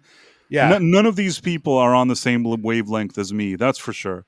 And out of all of them, if I had to do like a ranking of my preferred, again, none of these people, but I'd say like Megyn Kelly is the one I can tolerate the most. Maybe because she's a lady and she still looks all right, I guess. She doesn't look bad. Yeah, doesn't look bad. That helps. That helps right, something. Then maybe Tim Pool, which like I again don't prefer him as well. Then J.K. Rowling, and then Dave Smith. For me, if you're a comedian and you're not making me laugh, and like you have politics that are aligned with Greta Thunberg, you're not on the same wavelength as me. But if you like him, that's perfectly fine. People like different things. I respect people that they like somebody for whatever reasons they like them. Sometimes we can't all like the same things. So remember you just said Megyn Kelly didn't care about anything that I cared about until I'm that guy that always felt that way about bands. Like when Nevermind came out and Nirvana was huge, I'm like, well, I've been seeing them for 5 years when they were only $2 in the local club kind of thing. So I have to admit I was that asshole. I knew them before anybody knew who they were, before they got famous or before they sold out. The Dead Man says, "How dare you?" Sorry, the Dead Man, and sorry, the Dead Man. If you like him, it's fine. People like whatever they like. I never tell people who to like or not to like. I can only share my own personal opinion. What I will say, it's become strange because, like, even on my channel, sometimes I post like a review about a movie, and the first thing that happens, there's like a few people that unsubscribe after they watch my video. And a lot of times I'll get a comment like, "Oh, why didn't you like it? Why didn't you like it?" It's like, okay, it's fine if you liked it. It's okay if I didn't like a movie and you liked it. We can still be friends. You know what I mean? Nothing bad happened that I thought that the movie wasn't good and you thought it was, or vice versa. I don't think that's enough. Like, what, you saw like 20 reviews of mine and were a subscriber, and one time like I had a different opinion on something, and that's it? Like, you jumped ship because I didn't agree with you on something? It's very strange. I don't think that, other people are just there to reinforce everything you think. I think that other people are just people. You know, sometimes there will be things that I am very passionate about that I like very much. There are sometimes things that I won't like, and I don't expect everybody to be on the same page as me. If everybody liked the same things exactly and thought the same thing and felt the same way, then life wouldn't be interesting, I think. I will say this about comedians, even the ones who aren't funny. Comedians are the truth tellers. Their job, the better ones, is to observe and to notice and take details and see what's going on in society. So oftentimes, like I'll see like the most accurate or the most insightful take on a subject will come from a comedian. Like I just was mentioning Adam Carolla earlier. I think he makes a lot of sense and a lot of common sense. And I never really found him funny, but I love listening to him critique stuff, especially about Hollywood and California, since, you know, he's from there, he's in the business, and he's lived there his whole life. He's got some great stories about how messed up California is. And I don't agree with him about everything either. And I certainly, you know, don't find him, he's no Dave Chappelle, but I do enjoy his social commentary. And there's a reason why the kings were always sentencing the jesters to death. That's comedian's job. Yeah, I understand. Let me think for a second. Oh, are we going to Ruffalo? Hey, before we switch topics, we got a couple of super chats, stickers, and so on.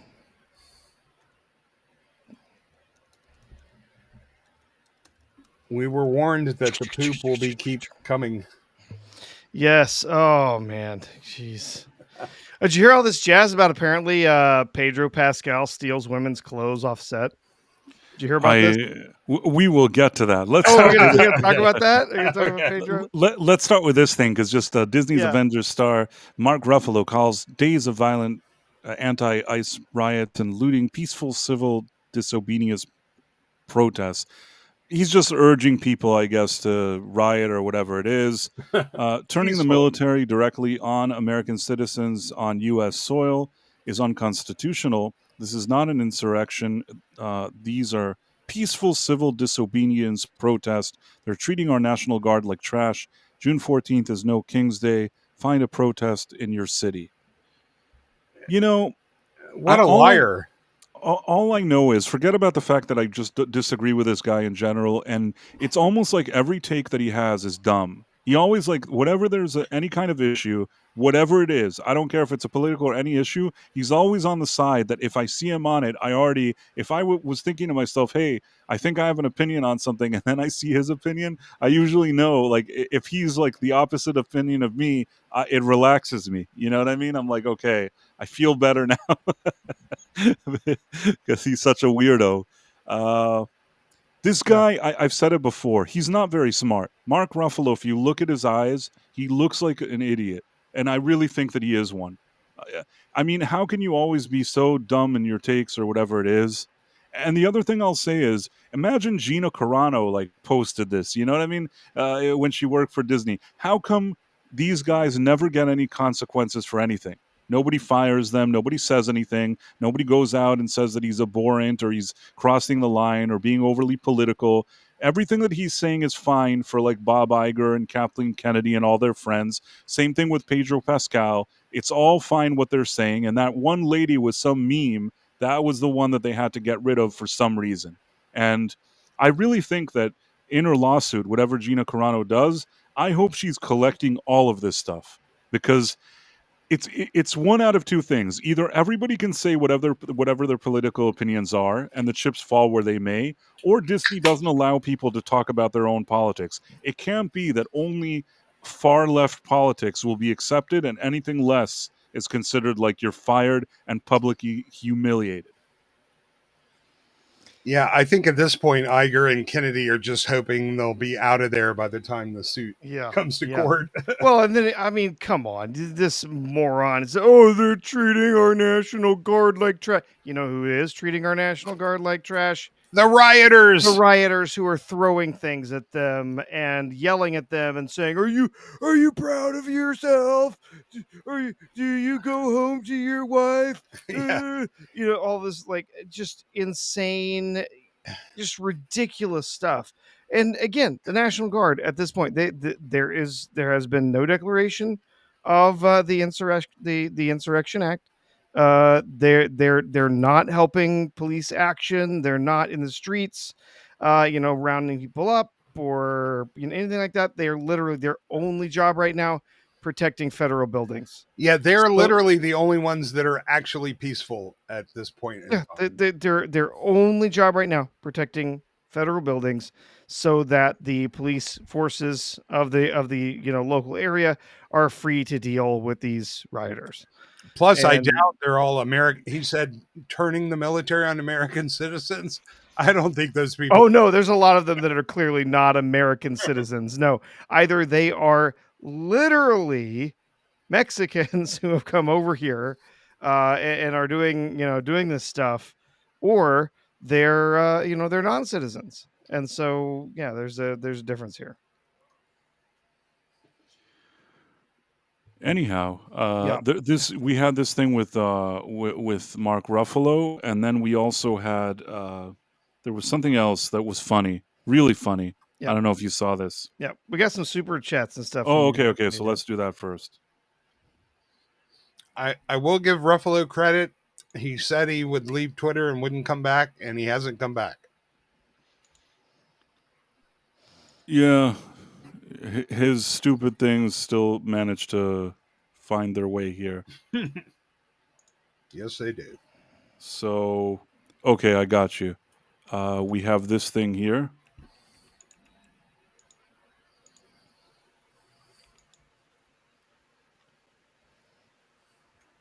Okay, super chat. So we have the Dead Man for $4.99. Thank you, the Dead Man.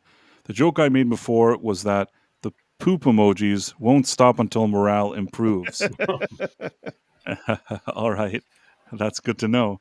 And then Istaphobos gave a poop super chat himself for 99 cents. Also, very nice of you to do that. So we've had a few poops tonight from the Dead Man and Istaphobos. And also the gift of 5 memberships, and also the super chats from the Dead Man, all greatly appreciated. So yeah, and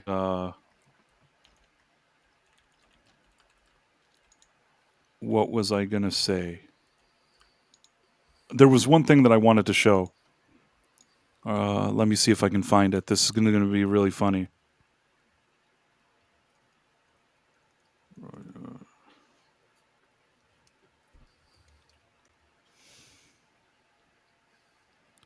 Let's see for a second. Okay, are you ready? This is good. Are you ready? Yep. Trans producer for Disney's Star Wars The Acolyte blames rabid aggression of LAPD after being hit by rubber bullets during riots. Like, I feel like life is just at this point really silly things. So that's what Leslie Headland looks like without makeup? Yes. I've said before, and people don't believe me, that when I met her many years ago, she didn't look like she does today, and she looked like a somewhat reasonable, her hair was blonde and she was thin. That does kind of matter, but I'm not saying she wasn't like a 10 or anything, but I'm just saying that she didn't look like she does today. I am always honest, and I say that for whatever that's worth. Well, what was she doing when she got hit by the rubber bullets? Okay, let me see if I can. Let me see if I can look at this article.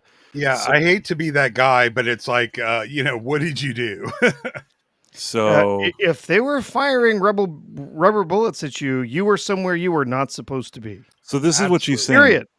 We were in downtown LA today. Thousands of peaceful protesters showed up to demonstrate that we won't stand by as our neighbors get rounded up to appease the fever dreams of the president and his fragile ego. I was hit by flashbangs and rubber bullets, all while walking backwards with my hands up. And blah, blah, blah was shoved in the chest with a police baton. Okay. I'm a rather fragile, sensitive, fight with my words type, but sometimes shit goes too far, You got to stand up for the truth, liberty, and empathy. Now is that time. If anyone knows who the person in the first picture is, let me know. Their composure in the face of LAPD's rapid aggression was stunning. P.S. Flashbangs aren't too bad. They're loud and they sting. Rubber bullets, however, well, check out my foot. It tore through my docks. This is like, if I had to think of like a parody, that's what this person would sound like. So I guess this person put stuff of the rioters against the police or whatever it is, and this was the thing with the rubber bullet and foot or whatever. Gonna hurt like a bitch. No, no question. Absolutely no question. They're called less lethal rounds. They are not typically going to kill you, but man, they're going to leave a mark. And if you were hands up walking backwards away from the police line coming through, you were not where you were supposed to be. You were given commands to vacate the area. You were given commands to vacate the street. Many of these protesters are in the streets. They're being told they are illegally in a place they're not supposed to be. Guess what? Even during a riot, jaywalking is a crime. Yeah, people fundamentally misunderstand the law and their quote unquote legal right to protest. Yeah. Part of it is just we have a very uneducated public that feels entitled and thinks you have no right to protest on somebody else's property that you don't own. Kristen Anderson, 31 people in the Rumble chat. You'd get a lot more traffic if you interacted with us. I do interact with you. I don't think I ignore people if they're on one platform or another. I do actually do my best to look at things. And what happens is, and somebody said it here, sometimes the YouTube one is just a bit more fast. There's more events there, but we do look at the Rumble comments as well. Yeah, as much as we can. As much as we can. You know what? I'm not one of those Gavin Newsom people. I took your comment to heart. Hans Christian Andersen. What was it? Christian Andersen. Oh, Kirsten Andersen. Okay. I took. Sorry. I don't know why I made you Hans Christian Andersen. That wasn't nice of me. I really got off on the wrong foot, did I? In any case, I will take your comment to heart and I will pay more attention. And we are glad to have you, Kirsten. We appreciate it. Yeah, my screen, when it froze up, it stopped scrolling. So I just realized all the chats that I missed. I try to keep an eye on the chat. So this is Rich. The AI summary. This is good.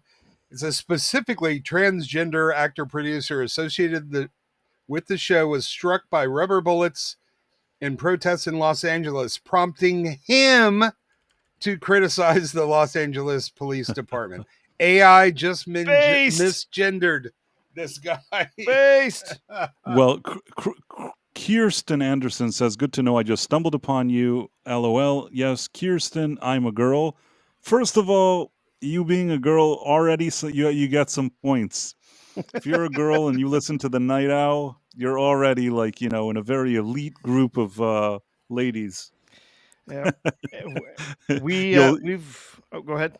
We have some stuff going on YouTube, and I'm going to share in a second. I'm just going to say that Kirsten has joined the ranks, the likes of Marla Sharondoff and other Elizabeth Quince, Amelia Bedelia. Yes, there's some very, very wonderful ladies that are around here. Yeah, Juliet and I sometimes see Mary White, but you know what? I haven't seen her in like a week. I hope everything's okay with her. See, I noticed stuff. Yeah, I think I saw Mary on Twitter. I think hopefully she's doing okay. Oh, well, maybe I'll. Well, Marla's here, we got Marla. And Kirsten Anderson. I'm a flight attendant. I have no sleep schedule. That's good. Yeah, I feel your pain. I understand. Well, you're always welcome to listen to the Night Owl. James Caserta says Price has a sexy voice.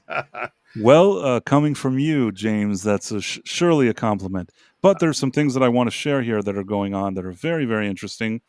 What airline do you work for, Kirsten? We don't want to get her in trouble. Former pilot asking you. In any case, there is some very, very serious things going on here. For starters, let's do the fan funding. So we had, after Istaphobos gave a 99% poop sticker, Karate Werewolf also gave a 99 Canadian cents stickers. And then, and this is really big, the Dead Man. I cut down trees, I skip and jump.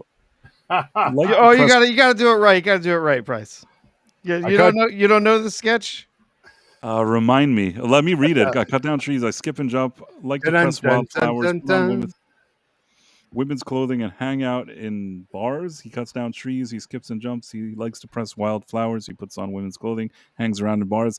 You do it, Professor. I cut down trees, I skip and jump, like to press wildflowers. I put on women's clothing and hang around in bars. Oh, he cuts down trees, he wears high heels, suspenders, and a bra. He puts on women's clothing and hangs around in bars? What? I feel like I'm missing something. It's Monty Python, the lumberjack. The lumberjack song. Okay, yeah. I feel like Monty Python. I've seen, the Holy Grail, the Life of Brian, the Baron Munchausen, whatever that one is. I've seen their movies. If this is more like a sketch from their show, this is from the show, yeah, and from their tapes, yeah, maybe. Yeah. The show and the tapes are ones that I may have seen at some point, some of them, but I don't have that full knowledge of all of their shows and tapes. So I take responsibility for that. I really like Monty Python though. It's the lumberjack song is a classic. Yeah, it was required memorization in school for all the nerds, really. I mean, we were talking before about South Park, and I think without Monty Python, you don't have South Park. You could tell how much that humor influenced them. Man. Although, I will say that South Park have their own identity. It's certainly their own style, but you could tell the influence. You could see what they grew up watching or what really, influenced them. I really think that Monty Python, huge influence on South Park. Oh, Ministry of Silly Walks, the argument. The argument. The argument is an absolute classic. The Four Yorkshiremen is a real classic. The Cheese Shop. The Pet Store. Pet Store. By the way, Kirsten Anderson, I just want to say, she wrote Atlas Air. We fly the military. Good to know. Kirsten, I hope that you follow us here. And, even though we got started off on the wrong foot, maybe you'll join the Night Owl. Join us, and hanging out here Tuesdays and Thursday at 11:45 p.m. Eastern. And that goes for anybody here, that if you're watching this stream and you're not already, let's say, following us on Rumble, or maybe you're watching through the app and you haven't even signed up for Rumble, you should definitely do that. It's free. And then you should follow us because that's the right thing to do. For only the price of a cup of coffee per day, you can follow us on the Night Owl. Just kidding. You don't even have to pay anything. And then if you're on YouTube or somewhere else, certainly subscribe. We're climbing up there with those subscription numbers, and any additional subscriber would be great for us. So please do that. And back to the Dead Man here. This is really, really, really great of you, these $50. The Dead Man just in general is great, and he's always really supportive of this stream. And I really like his comments and us hanging out with him regardless. But this support is really, really helpful, and we don't take it for granted. And we love that you're here with us and that you hang out with us. And this $50 on what's actually your birthday, it's like instead of you getting a gift, you gave us a gift. And I don't really know what to say to that. But you're awesome, man. Thank you so much. I appreciate it. Sorry, I said I didn't like the comedian. You now I feel bad. Maybe that comedian is better than maybe he is funny. I'm just kidding. In any case, thank you so much, the Dead Man. It's really, really kind of you. And your name sounds Nordic. Do you know Greta Thunberg? That's you, Istaphobos. Hey, did you see all the pictures of poor Greta? She was kidnapped and held hostage. And I don't even understand. Funny. She went there, and then she said she was kidnapped, and she like pre-recorded. It was just a massive publicity stunt for Thunberg Inc. There was nothing. She was kidnapped and held hostage for a couple of days, and then placed on a plane and sent home. Given that there are still some hostages that have not been released, I think she got off easy. Yeah, and they were only bringing enough 600+ days. Yeah, they said they were bringing in relief supplies, minuscule, like not even enough for 10 people. They brought like 2 sacks of flour, and it's just there's just Now I did make a sexist joke on my Twitter when the IDF soldiers were giving her a sandwich, and I said, "Isn't she supposed to be making the sandwiches?" Okay, tough crowd tonight. No, I got it. I understood what you meant, but there's this thing here. There's this thing here where somebody wrote world record where Thunberg becomes the first hostage victim in history whose kidnapper's only demand is that she leave. Excellent. Yeah, I mean, the thing is that she made this whole to-do, and at the end she's just sitting there, and they just sent her back. And this whole thing was just a pathetic, thing for publicity. Did anybody explain why the hell she has a bow around her stomach? I have a question. You notice, go back to the sailboat, see the boat with the sails unfurled? Or furled, actually. Yeah, they're rolled up.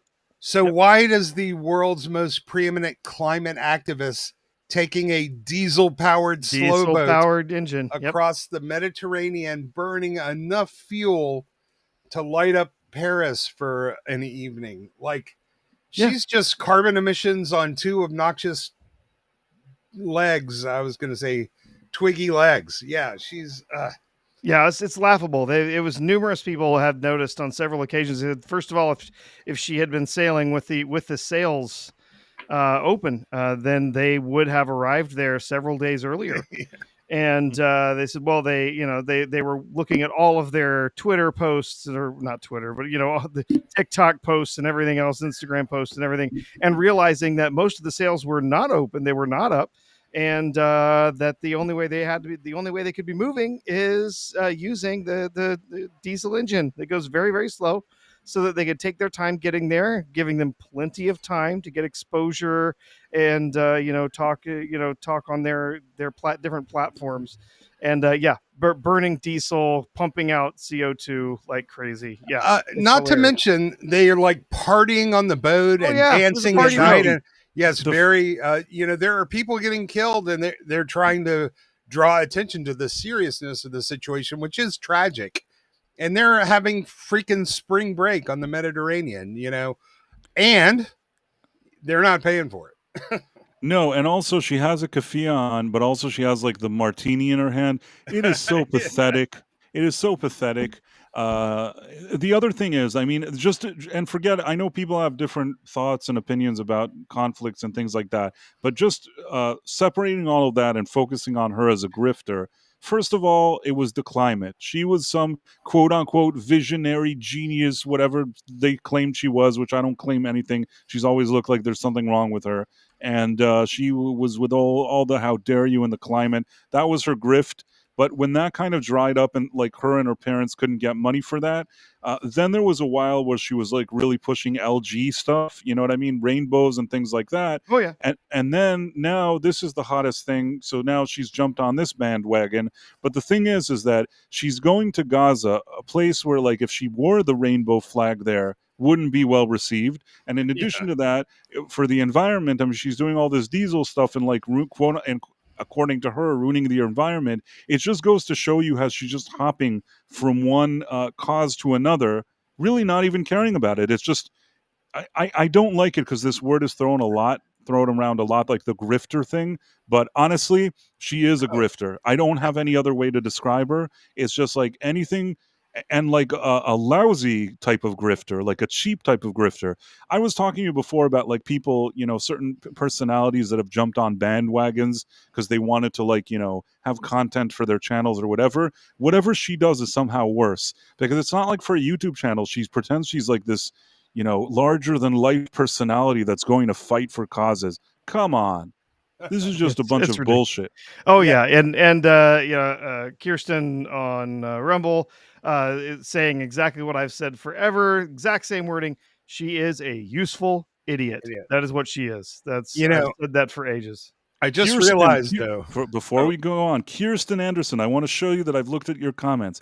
Says she's an autistic savant, a useful idiot with parents who should be prosecuted. I agree. Totally taken advantage of her from a young age. I'm looking at the boat and seeing all those guys, and I realize, given the amount of soy on that boat, maybe it's biodiesel. Yeah. It's an actual soy powered boat. But you have to give the IDF credit, man. I wonder why they should have just let them get to Gaza. But then when they got killed, IDF would have been blamed for that too. So they were in a lose-lose situation there. But I would have let them go. You want to see Gaza? You want a free rooftop tour? Go ahead. There was a guy who was Italian, and I don't remember his name, like an Italian activist, that years ago he did a similar thing, and he actually got into Gaza and he stayed there, and at the end they ended up killing him. I'm not making this up. This is a real story. It's not like in my mind. This actually happened, because sometimes these type of activists, they really want to gain the clout of doing some activism thing, but once you get there, it's a whole different reality. You know what I mean? Are you talking about Vittorio Arrigoni? Yes, there was a guy like that, right? Yeah, and he was killed. Like I said, why didn't they let them go? Right. So, I mean, I don't know what would have happened to her, but you know what? No matter what, it was kind of a lose-lose situation. I think that it was handled as best as they could, probably on their end. They sent her back. They sent all those people back. There wasn't like they're all like, we're going to be kidnapped. They're going to destroy our boat. Like, nobody did any of that. They're just like, here's a plane. We'll see you later. Well, that was it. The fact that they pre-recorded the response shows everything you need to know. But they were forced to watch the 45-minute highlight reel of October 7th. And I hope some of that actually stays with them. She refused to watch it. People who were in there said she refused. Oh, she was given the option. I would have. Oh no! Like she turned her head and she covered her eyes. Like she would not watch it. Yeah, because that's the sign of somebody looking for the truth. Yeah. Yep. I mean, she could have at least looked at it and tried to address it or say something. But if she turned her eyes away and won't look at like something that actually footage from something, she is just a really. I can't take her seriously. I'm sorry. And yeah, her parents have taken advantage of her. But at this point, she's an adult and she's walking around doing stupid crap, and I can't, feel bad for her. Maybe years ago I said, you know what, I kind of feel bad for this girl. Her parents totally took advantage of her. But now at this point, she's already she's not a kid anymore, and I can't say anything. If her and her parents do this kind of hustle of just getting money for causes that they don't give a shit about, sorry, Sean, then it is what it is. And then Emperor Goodwin says, the problem with useful idiots is that eventually they stop being useful, but they never stop being idiots. I agree with you. Yeah, but they were idiots in the first place, so what were you going to do with them anyway? Price of Reason actually had drinks with him in a bar before we went to Gaza. Did not have drinks with that guy. I did not have it. I think that guy was a rainbow guy. Am I right that guy was a rainbow guy, or am I? Well, he was he was part of the International Solidarity Movement. He was an Italian journalist and activist. I don't know. Let me look him up. I don't remember him being that alphabet-y. Maybe he was. He looks okay. Now, here's what I think. I don't think that he himself was an alphabet, but he supported alphabet, much like Greta. He would walk around supporting alphabet causes.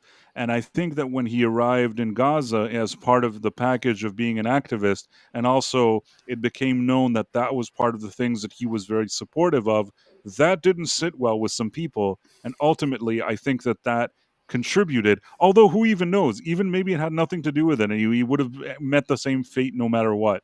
Yeah, they were never allowed to see the body, but it was reported he was strangled with a plastic cord. But I think most of his activism was basically about that, but he may have been an alphabet person, and that may have been what got him actually there's always that occasional weird story of some, what do they call them? The people that go to dangerous places for tourism, and then they go there to hook up tourism. So yeah, I don't even, there's just some weirdos out there, man. Right. I mean, I think that, I'm trying to think of something. There was this South Park episode. I don't know why over the years I think about it. Where Jennifer Aniston, oh, what happened to the professor? It's just me and you, Ista. Oh, here he is. Here he is. So there was a South Park episode. I'm probably going to be booted out in 1 second, but there was a South Park episode that Jennifer Aniston was a guest on, and they go to the Amazon jungles to learn about saving like the Amazon forest or whatever it is, and to be good for the environment. And she was their teacher, and she's all about the environment, doing all this stuff. But at the end, they start running into the wildlife there, into locals and different things. And after like their lives are in danger, by the end of it, like Jennifer Aniston, the like quote unquote eco-friendly whatever, hates them. You know what I'm saying? Like once she's actually there and sees what it is, she hates them. Do you know what I'm talking about? Yeah, that was the premiere of season 3, Rainforest Schmain Forest. Yes, I think that's what it was. Mm-hmm. Let me see if I can find that clip because it's funny. Here, I was gonna share this real quick while we were talking. As we you wrap do up that. talking about Greta. Well, you can look for that. So it says, of course, here she is, all wrapped up in a bow, ready to go home. Defense Minister Israel Katz said he'd instructed IDF officials to show the activists the full, unedited footage of the October 7th attacks as recorded by Hamas terrorist body cameras. GB News reports Katz told reporters Greta and her flotilla companions were taken into a room upon their arrival to the screening of the horror film of the October 7 massacre. When they saw what it was about, they refused to continue watching. Oh, and she flew back home to Sweden. She didn't take a carbon neutral form of transportation. No, she didn't insist on carbon neutral. No. Yeah, I think they should have let her walk home, but Well, the funny thing is the big speech that made her famous is 8 years old, and she says, "In 8 years, we're all going to be living underwater. So we're all going to die. Everyone's dead." I think she's How dare you? How dare you? She has. Do you think Leonardo DiCaprio still has like tea with her every day, or he's steered away from this? I don't think Leonardo DiCaprio will be publicly seen with a 22-year-old woman. Nope. Anywhere. He's too busy. He's too busy with the 18-year-olds on his yacht. He's That's true. No, but there was a time. I've said this before, and we talked about this on the Night Owl a long time ago. Is that I actually have never bought this whole Leonardo DiCaprio helping the environment thing. I feel like it's a front. I know this is a terrible thing for me to say, or not a front, more of a diversion, okay? I honestly feel that some of these celebrities, and I've seen this, I'm actually kind of aware. I think that I've even met some representatives from the same company that represent Leonardo DiCaprio, and in the PR sense, he pays a good amount of money every month to get like really good PR. Yeah. A lot of these celebrities do, and it's a lot of money, and they give them guidance of what to do. Now, for many years, what he was known as, he's going out with ladies, they're super young, he's always with some model, and that's all anybody had to say about him. And suddenly, he started talking about the environment, and people were like, oh, okay, you're an environmentalist. And I feel like that was his PR people saying to him, listen, if all you're going to do is hang around, drink booze and play like poker, and hang around with like very young models, you better have something else that you do that's not that. And then I feel like that's how they crafted the whole I'm saving the environment thing. I honestly do not believe that guy cares about the environment. Those pictures that he like met with Greta and was like walking around with him, it's such a stupid photo op. I don't believe that guy at all. Of course not. Not only does he fly private everywhere, his staff flies private. They spend enough water just taking care of the lawns on all the mansions he owns that could keep 10,000 people alive in Africa. Like, it's impossible to be rich, and really with the amount of resources somebody of wealth consumes compared to the average person on earth. Even someone middle or lower class in America consumes a massive amount of resources compared to people in the rest of the world. Can you imagine somebody who has to maintain 5 or 6 mansions flies private everywhere. Yeah. At least he didn't go into space, because that's like 500 transatlantic flights. Yeah, don't ever ask any of these millionaires in Hollywood why they don't give their own money to support all of these people. Yeah, and that's the big thing. Whenever somebody rich says the government should do something, what they're saying is that you, the peasants, need to pay for it, not me. Because the government is us. That's our tax money. So if it was really important to him, he would spend his own money, or Mark Ruffalo, or somebody just called that. Who just was it? They needed special trans kid anti-suicide stuff. The government, who was that? Pedro, or was that one of the other twinks? I want to point out that Elizabeth Quinn said, "Just finished River of Doubt. Told hubby we are never going to the Amazon." I didn't see I didn't see River of Doubt, so I don't even know what that is. And Tim Hayes says, "I don't remember Jennifer Aniston being the voice of the teacher. I know Natasha Henstridge did the voice of the lesbian teacher for one episode. There was something about Kenny getting CPR. Did that happen in the Amazon one?" I think it happened a lot. It never worked, but no, they were saying that there was once an episode that I guess they gave Kenny, CPR, and then he woke up. Here, Kenny got a girlfriend who did CPR on him after he died, so he's alive at the end. I don't know if it's this episode. In any case, go on. Sorry, I didn't mean to cut you off. Istaphobos? Oh, yeah. I was just saying it was a couple of celebrities very recently. We're calling for the government to form another department dedicated to preventing LGBT suicide, like as opposed to maybe just teen suicide, which is a bad enough problem. But what they're saying is they want us to pay for it because they're not willing to pay for it. And it was Pedro Pascal and Ariana Grande. Yeah, asking Congress to spend our money on something that that they're not willing to pay for themselves. So it's just like the Ben and Jerry's guy. He's like, well, I'm not giving our land back to the Native Americans, even though, we're doing all these land acknowledgements. That's something the government should do, which means you have to give your land back. But Ben and Jerry's we're keeping our shit. Yeah, exactly. Yeah. Yeah. Oh, well, man, speaking of Pedro Pascal. Oh. What happened? It looks like a wild Tom appeared, but his camera's not working. Wow, okay. I thought Pedro Pascal was licking another stick. Oh God, yeah. Seriously, what is this guy doing? Is he was destroying the Fantastic Four? Not that I really care, but it's fascinating to see this happen again. He was trying to get to the eggs that his dad hid in the middle of the light stick. Tom, are you here?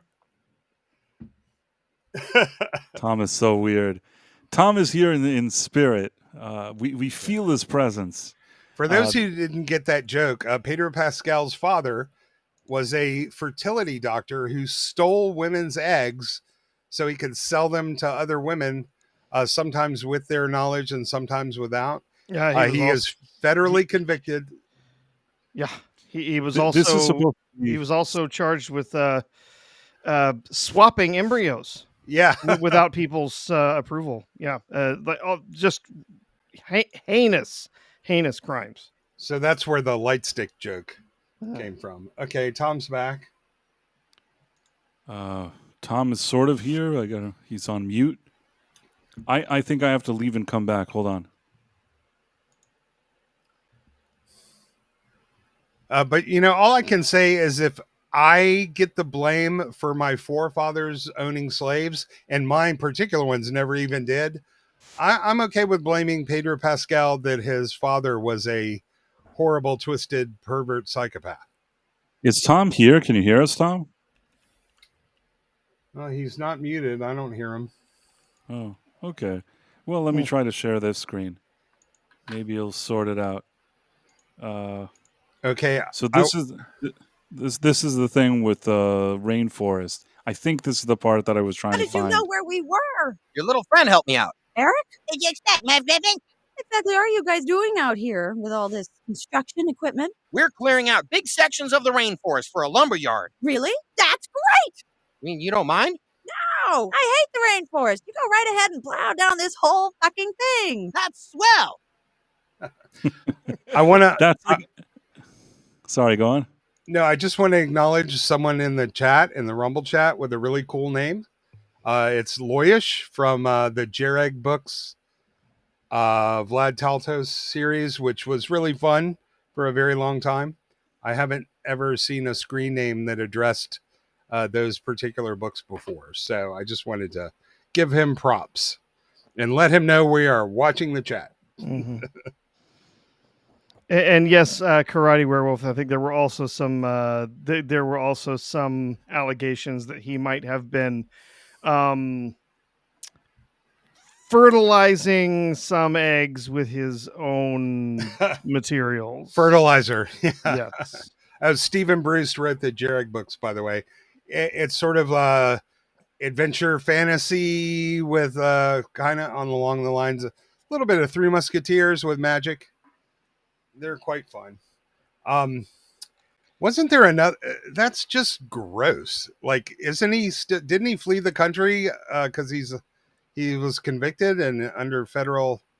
Yeah, no, he no longer lives in the U.S. Yeah, he went back to. And nobody ever says that. They pretend like he's like this salt of the earth. I'm not saying he's his father, but man, that Pedro Pascal. It's like people say that one day maybe somebody will learn something about that guy. Well, his father's the one who taught him right from wrong, and if we can get blamed for what our relatives did, right? I'm okay with blaming his ass. Yep. Tom, can you hear us? Tommy, can you hear me? That's from The Who. Can you hear me? Yes. Hear me? Can you hear me now? Hello. Hey, I can hear you. Okay, yeah. I don't know what the hell. This thing does not like me for some reason. So, hello. Well, how's it going, Tom? You can actually hear me. Am I coming through which mic? I don't even know. Hey, you sound good. Okay. Sound good. Yeah, it sounds great. Can you hear this? Vaguely. An elephant? Okay, well, it's a Godzilla. I'm not sure how far away from the mic it was, though. Okay, so I'm just coming straight through my mic. That's what's going on. Gotcha. All right. Well, we're happy that we were able to make it No work. sound effects for you. Oh, that is Godzilla. I thought it was so faint it sounded like an elephant. Yeah, you were hearing it through my headphones. That's why. Yep. Yeah. Damn, son, how loud you have those headphones turned up? I'm like right next to the microphone. Oh, okay. I'm trying to figure this shit out. Because for some reason, this used to work just fine. Now all of a sudden it's not. So I don't know what the hell's going on. Yeah. Well, I added you to the fold here. I see that. I'm just floating in space. Floating in space. Like a planet. You're like a book. Can you put a string that I'm holding a string of a Tom Connors Then balloon? it would look like a balloon, yeah. Yeah. I guess I would feel a little better about myself because you wouldn't float away. Well, I feel like I'm a planet now. So. Oh no, because then you wouldn't fit in the spaceship. So you guys are talking about eggs. Greta Thunberg. Well, we were talking about Greta, then we were starting to talk about Pedro. Pedro. So much. I mean, I guess isn't he just ruining the marketing for Fantastic Four? And I think absolutely. It's a good segue. Like, how is this guy able to just go around and say all this dumb crap and act so annoying and creepy and weird, and somehow they humiliated Gina Carano, and this guy just does whatever he does, and nobody says a word. He steals women's clothes. Yeah. If I did that, I'd be locked up. Yeah. It's good. Shades of that the guy that was working in the Biden administration It who puts the nuclear on its skin and then it puts it in the basket. But you know, honestly, whenever I hear any of these people now, politicians or celebrity, I just go stupid or liar, because it's one or the other. There's no other explanation. I just wonder, and I've asked this before. He basically he had that whole thing that he has stress, so that's why he has to touch women, because he feels anxiety. Do you remember I tell them that all the time, and they still won't let me. Yeah, Right. If we I did need to that, grope you because I'm feeling very anxious right now. he gets a pass for everything. Like if I groped women because I was anxious, that's the kind of thing where like you end up, in trouble. If you were trying to steal their clothes and wear them, and women's clothes, and then wear their clothes, I think that would get you into trouble. There is just so many strange things that this guy does that are all sort of conflicting, and I don't Look, know either how is he he's consensus, this guy. he's either like Buffalo Bill, and he's one step away from putting on a woman's skin, or he's gay. Yeah, we are so far away from the HR department stuff. This is bordering on this is special victims unit, okay? Okay, so let's just go for the run with the whole idea of that he's gay, because that's the only thing that makes sense. Yeah. Why would women let you touch them, steal your clothes, do all these things that he gets away with doing? So that's why he was grabbing Vanessa Kirby, because he was trying to steal some of her moisturizer, not because he was getting off on her skin.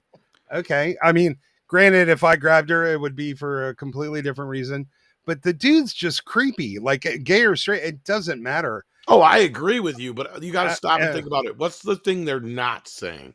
The thing they're not saying is that he doesn't seem to have any anxiety problems when he's holding a light stick.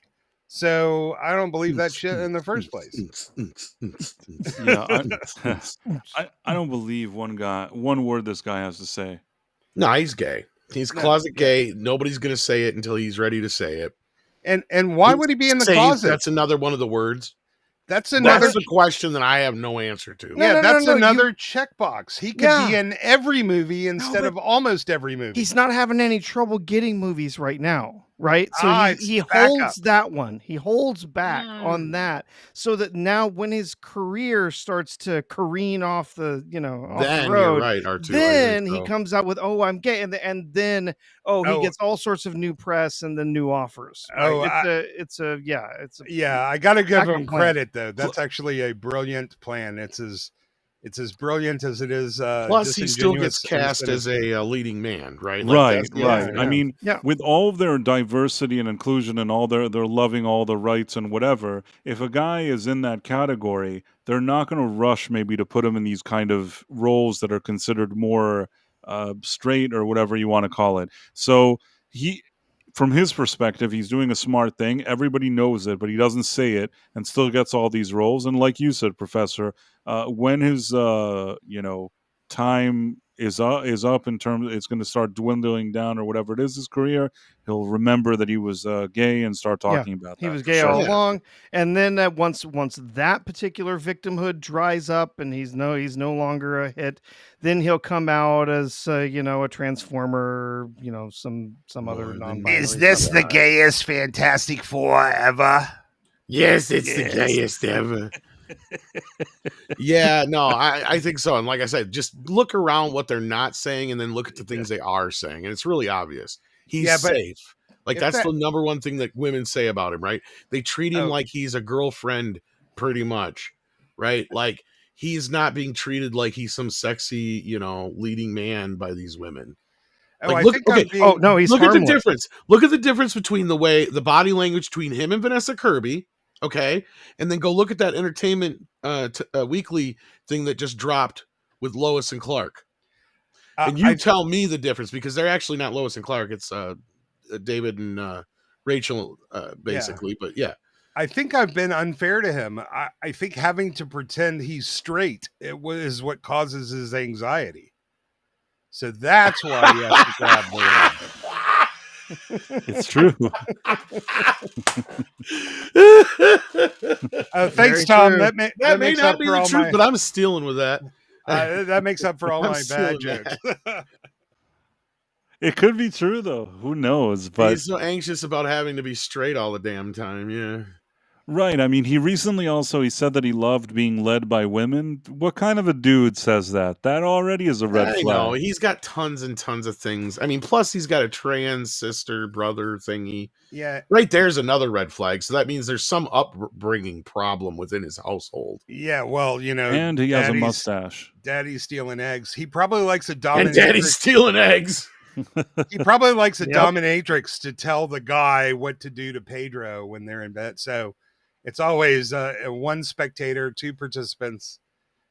And he always has a mustache. Why does he always have that? He actually said that. I just saw an interview with him why he said he always has the mustache. It's to hide the swastika tattoo on his upper lip. Yeah, right.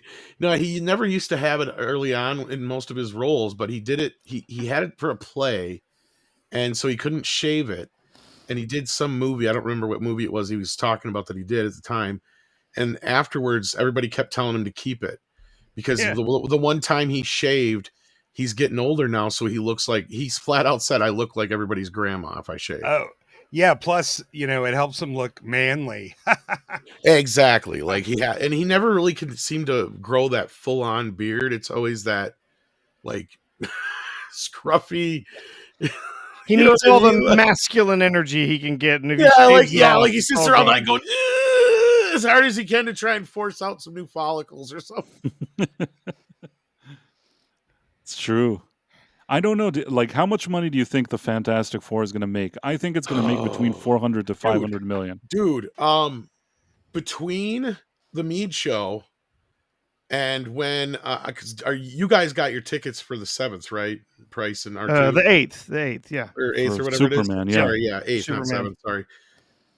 Because from the time I got my ticket to earlier tonight when I checked it again, because Six sent me a bunch of screenshots from all over, the shows are filling up. Superman is going to kick its ass.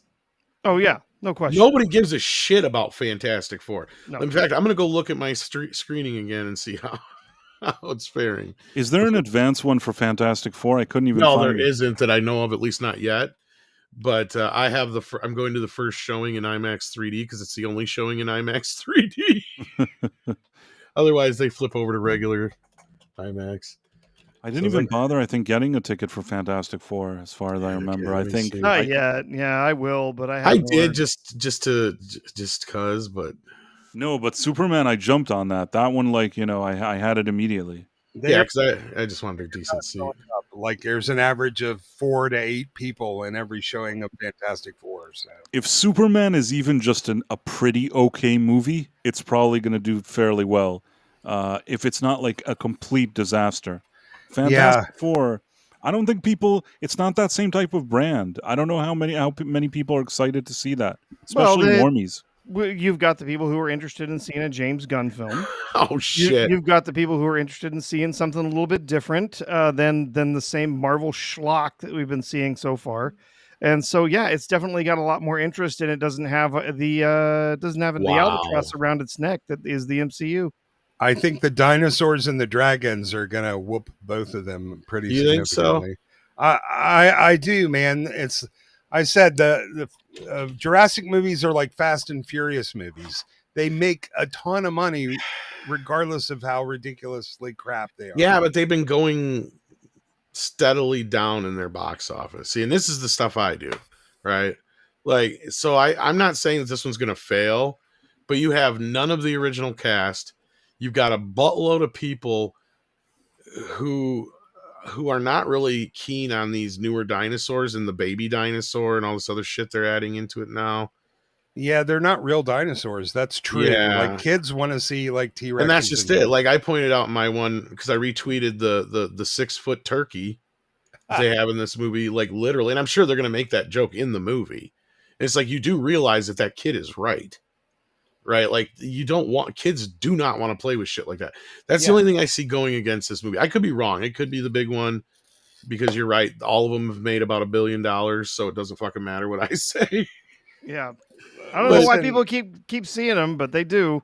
I want Superman to be good, but honestly, at this point, I need Fantastic Four to crash and burn as hard as there is one thing going against Jurassic World that nobody else has been brought up except for Grace Randolph. What is that? I hate to say it, but she might be right, and that is that this is the first Jurassic movie to not have a male lead. Well, you know, Tom, that this is the era of the girl boss. Well, she's been actually adopting the MCU term as well. Yeah, I know, and it's funny because it's so disrespectful, but it's true. Well, if it's fucking true, then how disrespectful can it be? Yeah. I wanna thank Karate Werewolf for the $2 Canadian, the $2 Canadian super chat. My box office estimate for Fantastic Four is not over 750 million.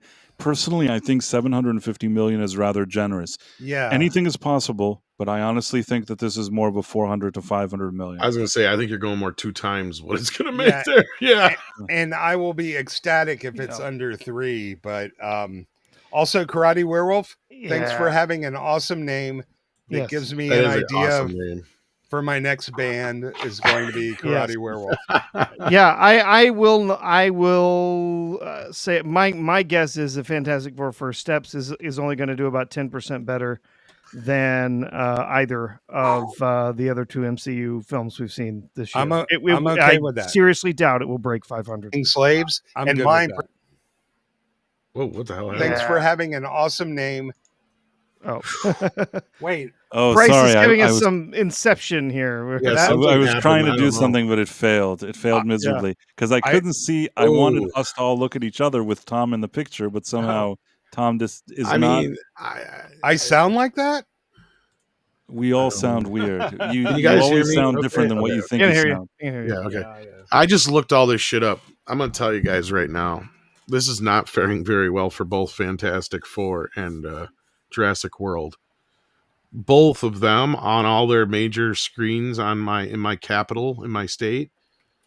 Neither Fantastic Four nor Jurassic World have sold more than a dozen in each theater, and that's being generous. Most of them are like in the 4 or 5 seat range. I just looked at across Superman on the other hand. Yeah, Superman's looking pretty solid. Opening night right now on my end, but this is what I've been trying to tell people. It's like, yes, in our sphere there may be a bit of discussion about this, but the normies don't give a shit. Yeah, Superman is a big brand. It's a big brand name. Everybody knows what Superman is, and we haven't had a movie. We haven't had a Superman movie in years. A true Superman movie. Superman movies. Even that like Batman versus Superman, that was in like 2016. I don't even consider Man of Steel a Superman movie. It just doesn't. Right, but let's pretend the normies think that those were Superman movies, and I can understand why you think that they weren't, because they certainly had issues. But I'm saying, like, even if the normies think that like 2013, 2016 were Superman movies, well, it's been almost 10 years. I think that at this point, a new Superman. Been 10 years. What'd you say? It's actually been over 10 years since Man of Steel, and exactly 10 years since Batman v Superman. Exactly. So I think that there's been enough. This is what we keep saying about the MCU, that they needed to shut it down, give it some breathing room. Say that about every franchise. Superman has had a lot of breathing room, and it's a new actor. They're turning a new page, whatever it is. I don't know if it's going to be any good, but I think that at least there's some goodwill that are from people that are like, maybe this won't be bad. Yeah, Tom, check out the Fantastic Four ticket sales at the Burbank 16. That is on opening night, 8 tickets. I was gonna say, I looked at who was it brought it up. I think Steph brought it up. Was it Friday night or something like that? Yeah, it wasn't doing too well then either. I think it's about the same as it was then. That's what I'm saying. Nobody gives a shit. Yeah, they really don't. Fantastic Four. Now, Jurassic World, that could go either way because you got kids yet. Like, I agree with you guys. Kids might want to see it, but the only buzz I'm really seeing is some people in our sphere, and it's the same old people who just are diehard Jurassic fans, and that's cool. It is what it is, but yeah, I think How to Train Your Dragon is going to be massive. I think it's going to be a bigger hit than people thought. Yeah, especially after Lilo and Stitch. Yeah. So I looked at the 4 largest theaters in Yollywood. I live in Atlanta, and for the premiere showings and the primetime showings, there was maybe 24, 25 tickets per theater for that entire day. I mean, it's really pitiful. Yikes. Like by this time, they would have been sold out for an Avengers movie. Right.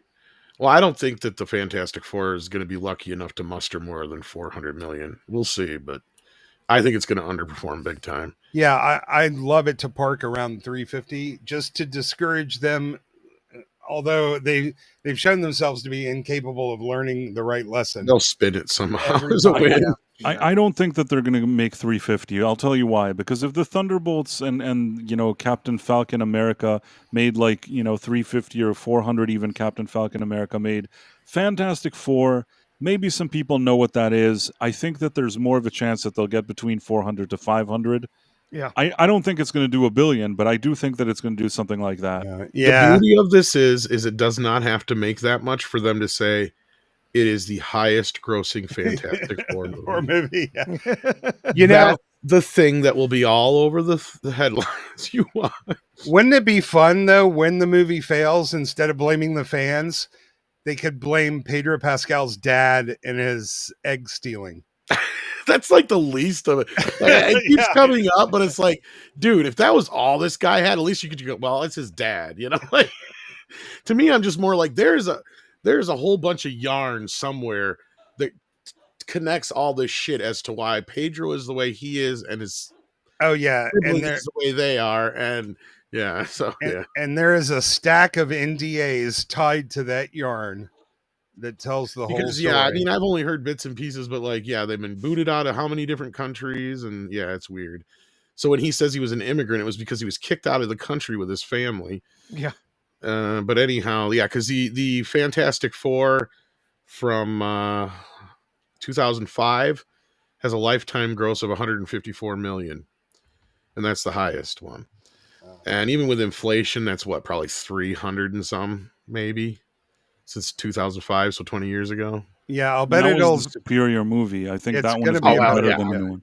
Yeah, I'll bet it'll be a better. That's not even my point. My point is that's what they'll run with, is that this is the most successful Fantastic Four movie ever, and the more it makes, the more they'll run with that. Is that it's we never expected it to do Avengers numbers. Oh, but that would be a different case if it wasn't coming on the tail of 3 other flops. See, that's the thing, is the beauty of this, and this is why I think they were adamant about getting Thunderbolts out before Fantastic Four, is that they can sit there, and Captain America for that matter, is so they can sit there and say that this is the biggest one. It's their summer movie. Because they have no more Marvel movies now. Yeah. Kirsten Anderson says, who goes to movies anymore? I haven't been to a movie in years.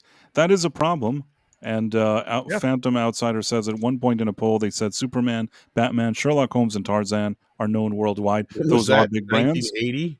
Sorry. Keely Chow, David Corn Sweat can't get Anna wet. Okay. What? Let's go back to the Batman.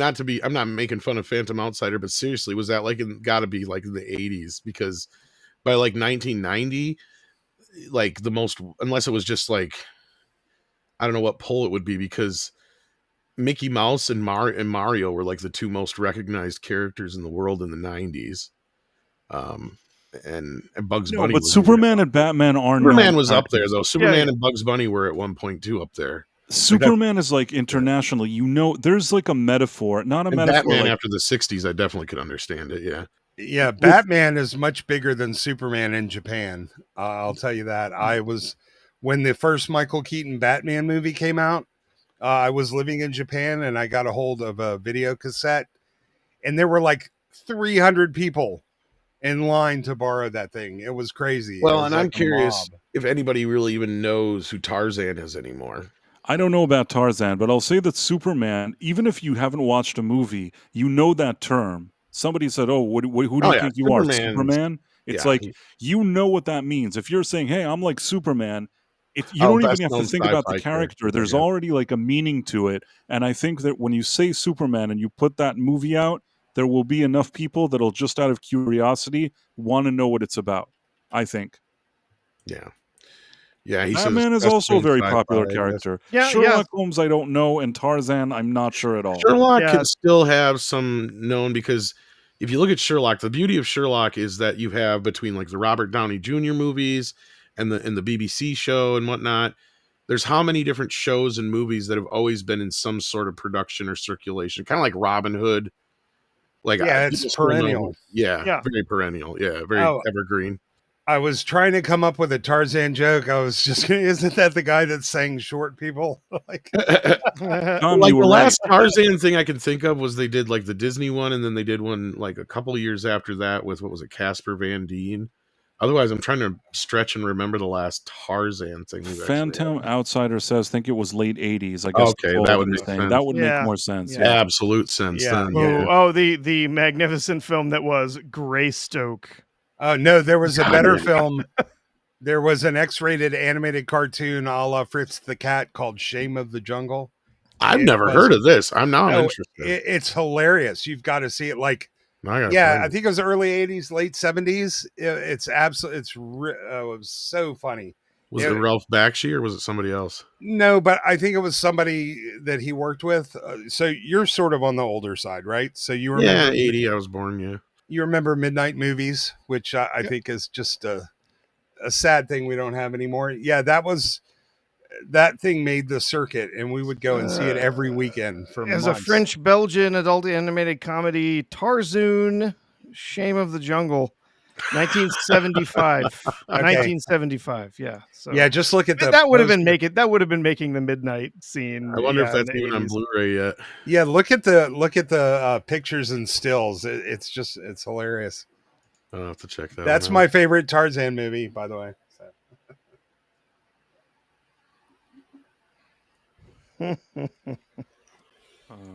Stream killer silence. Tim Hayes believes that Pedro could be like another Ezra Miller hiding behind the LG just to get a pass. I don't think him really being a deviant so much. He seems too much of a pussy to be a deviant. You know what I mean? Like, you don't have the stones to be a sicko. You know what I mean? Yeah. I like somebody can tell me the shit about Kevin Spacey. It's like, yeah, I can fucking believe that. He'll only be a deviant if somebody else tells him to be. Like, he's such a beta. Totally believe it.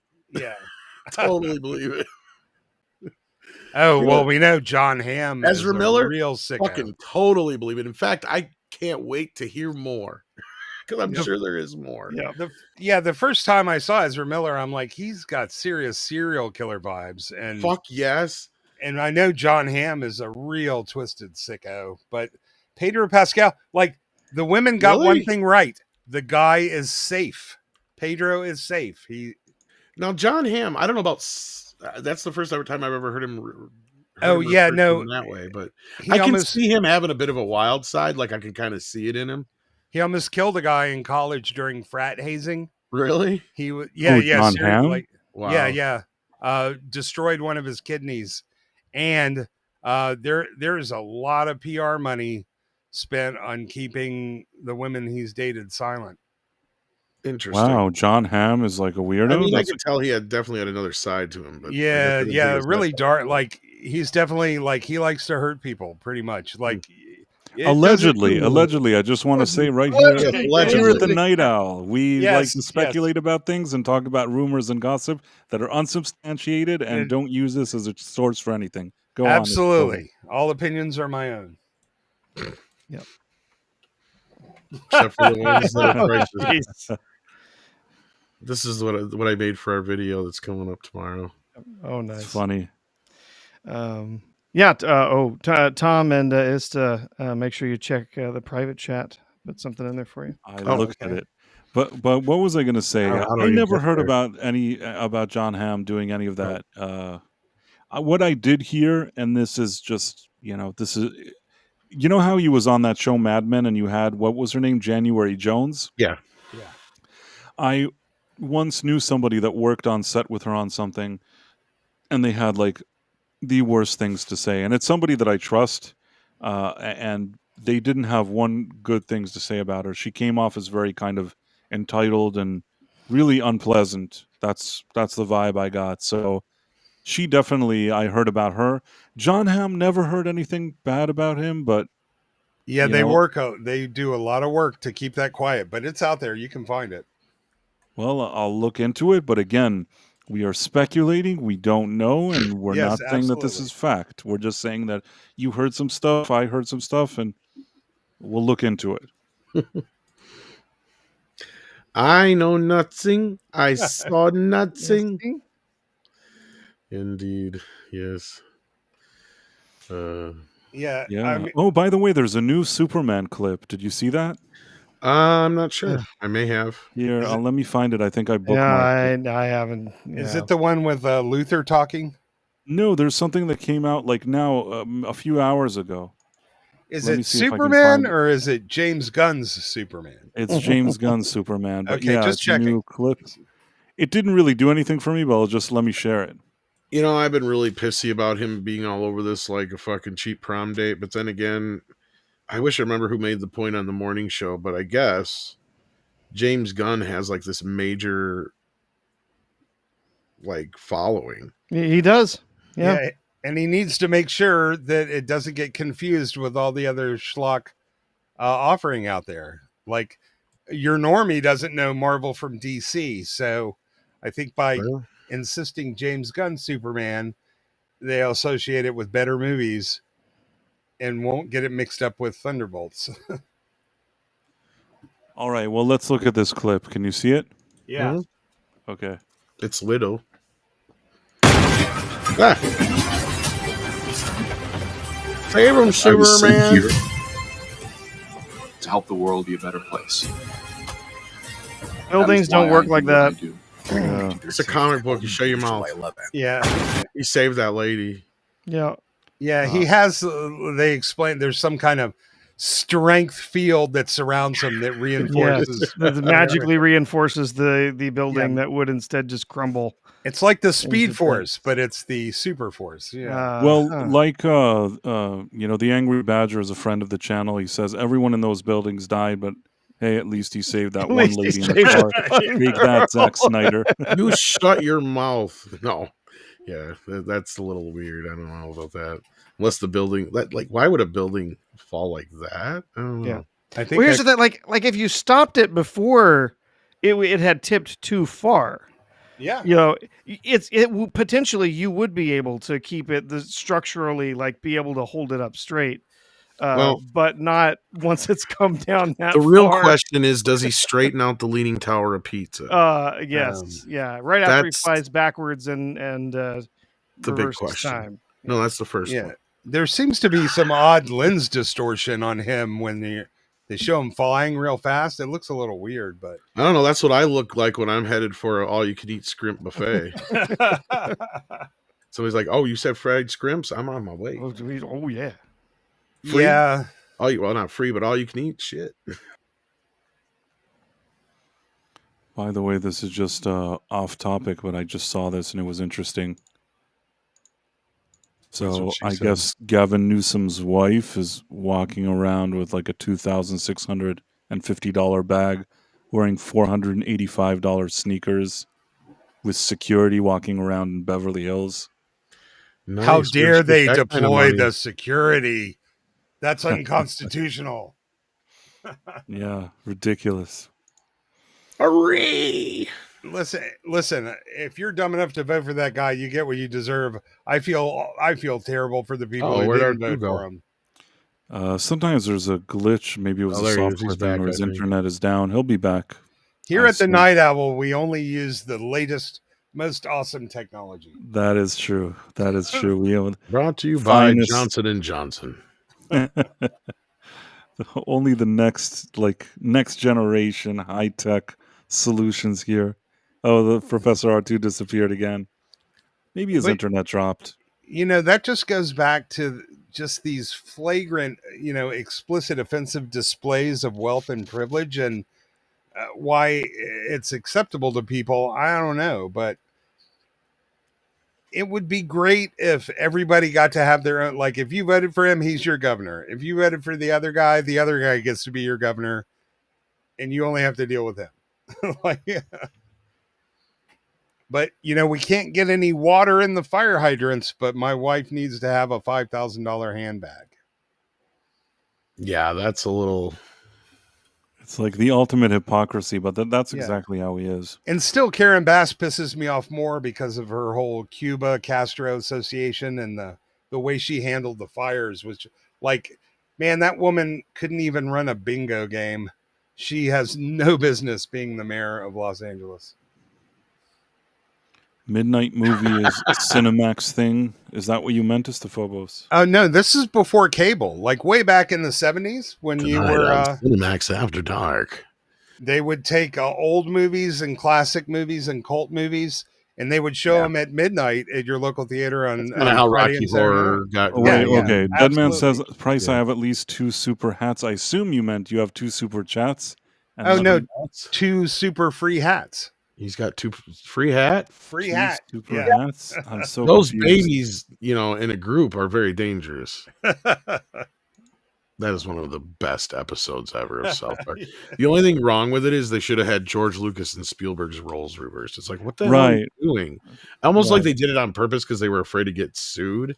But it's like they almost knew.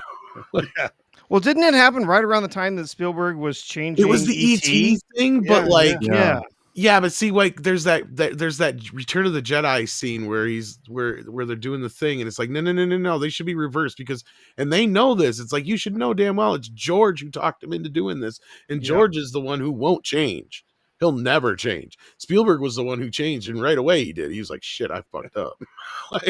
Yeah, man, I've got my favorites: Finger Bang, The Return of the King to the Two Towers. Oh, those are both classics. Classics, yeah.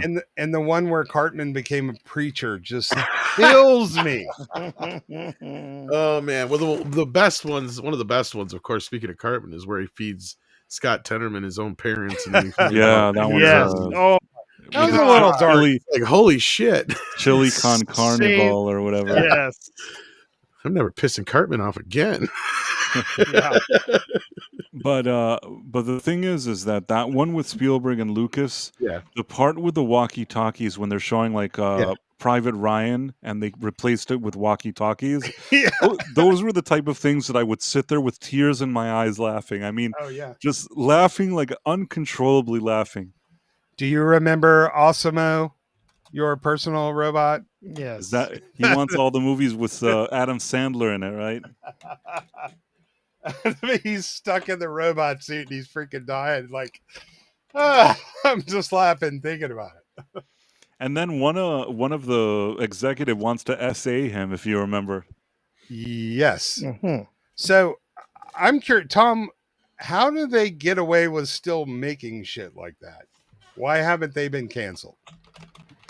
They're grandfathered in. It's like a legacy. Like if there was a new one, they wouldn't become big like they did then. But they're so established that nobody can touch them. They have all the awards, and they can't do anything to them. They've always been outside of Hollywood too. I think is the other reason is they've never been bamboozled or blown over by this whole idea of celebrity.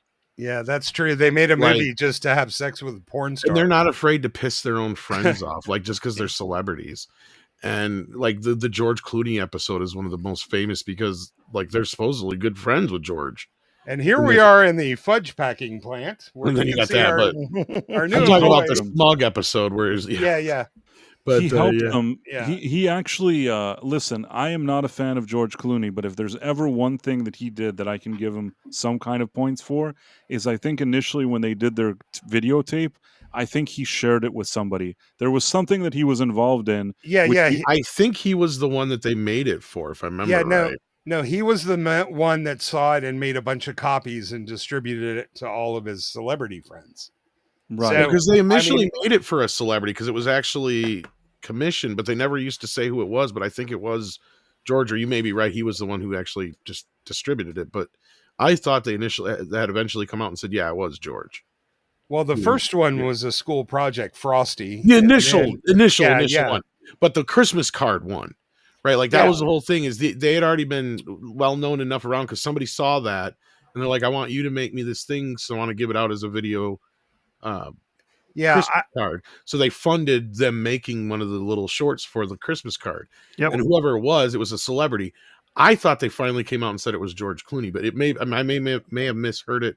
And it's what you're saying. I thought he had something to do with it. I also thought he had something to do with it. Well, Clooney talked about it on an interview once back when he had a sense of humor, and he didn't say they made it for him. He just saw it and distributed.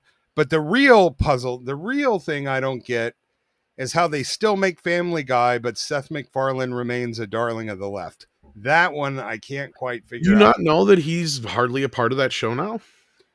I just found this out recently, actually. No, clearly I didn't. Doesn't he do the voices? He does the voices, but this is how I think he's able to kind of sidestep everything like you guys are just saying. There's other people now who have taken over as basically showrunners and writers of the show. He just more or less comes in and does voices now, I've heard.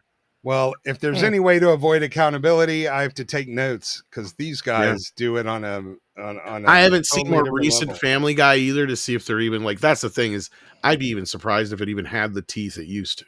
No, they're not funny, but they're still offensive. It's still shit that would make a lefty lose their crap. Sorry, Sean. So that's what I'm saying, but it's not as all funny. I can't. But then again, part of that could just be because that's all they know how to offend people with. Yep. Like, I mean, at the same time, it's like, oh, well, we got to be offensive. Well, this is offensive to us. So, boom. I laughed more watching South Park doing Family Guy than actually I've always felt about South Park or Family Guy the way South Park said it. Yeah. It's just nothing but remember the time, jokes. That's all it is. Yeah, the first time that I saw South Park's interpretation that they did the Family Guy thing, and I thought the same thing as them, I was again like with tears in my eyes laughing. It was so funny to me. Even now, recently, for the professor and I put this on, even on the night out, we watched a little clip, and it was still hysterical. The remember the time is so funny the way they do it. And MacFarlane got really pissed off when he saw that episode, and he's a dipshit. Yeah, he was. That means he has no sense of humor. Yeah. Because what I really love about that episode is that Bart Simpson. And the reason did you ever hear the commentary on why they had Bart in that episode? I think they like The Simpsons. They do, but did you hear about the whole... Okay, so this is kind of a whole thing is... Before you say it, I just want to say Tim Hayes says that he thinks that South Park made the short of Jesus fighting Santa for George Clooney. I've heard that before, but I don't know. But go on, Tom. Yeah. They made it for a Fox executive. That's what... Was that what it was? Okay. That's what Phantom says. So we don't know for sure. What were we talking about again? The Family Guy, Bart Simpson thing. Okay, so they knew some of the animators and writers from The Simpsons, and secretly, because they couldn't say it publicly, because like if you ever go back and look, and Matt Groening and any of the other producers of The Simpsons and anything, they would always praise Family Guy, but he said secretly they fucking hated that show. And so after they did those 2 episodes, they said they came back to do the next episode, and there was a whole fucking office full of flowers from a bunch of fucking Simpson writers and people.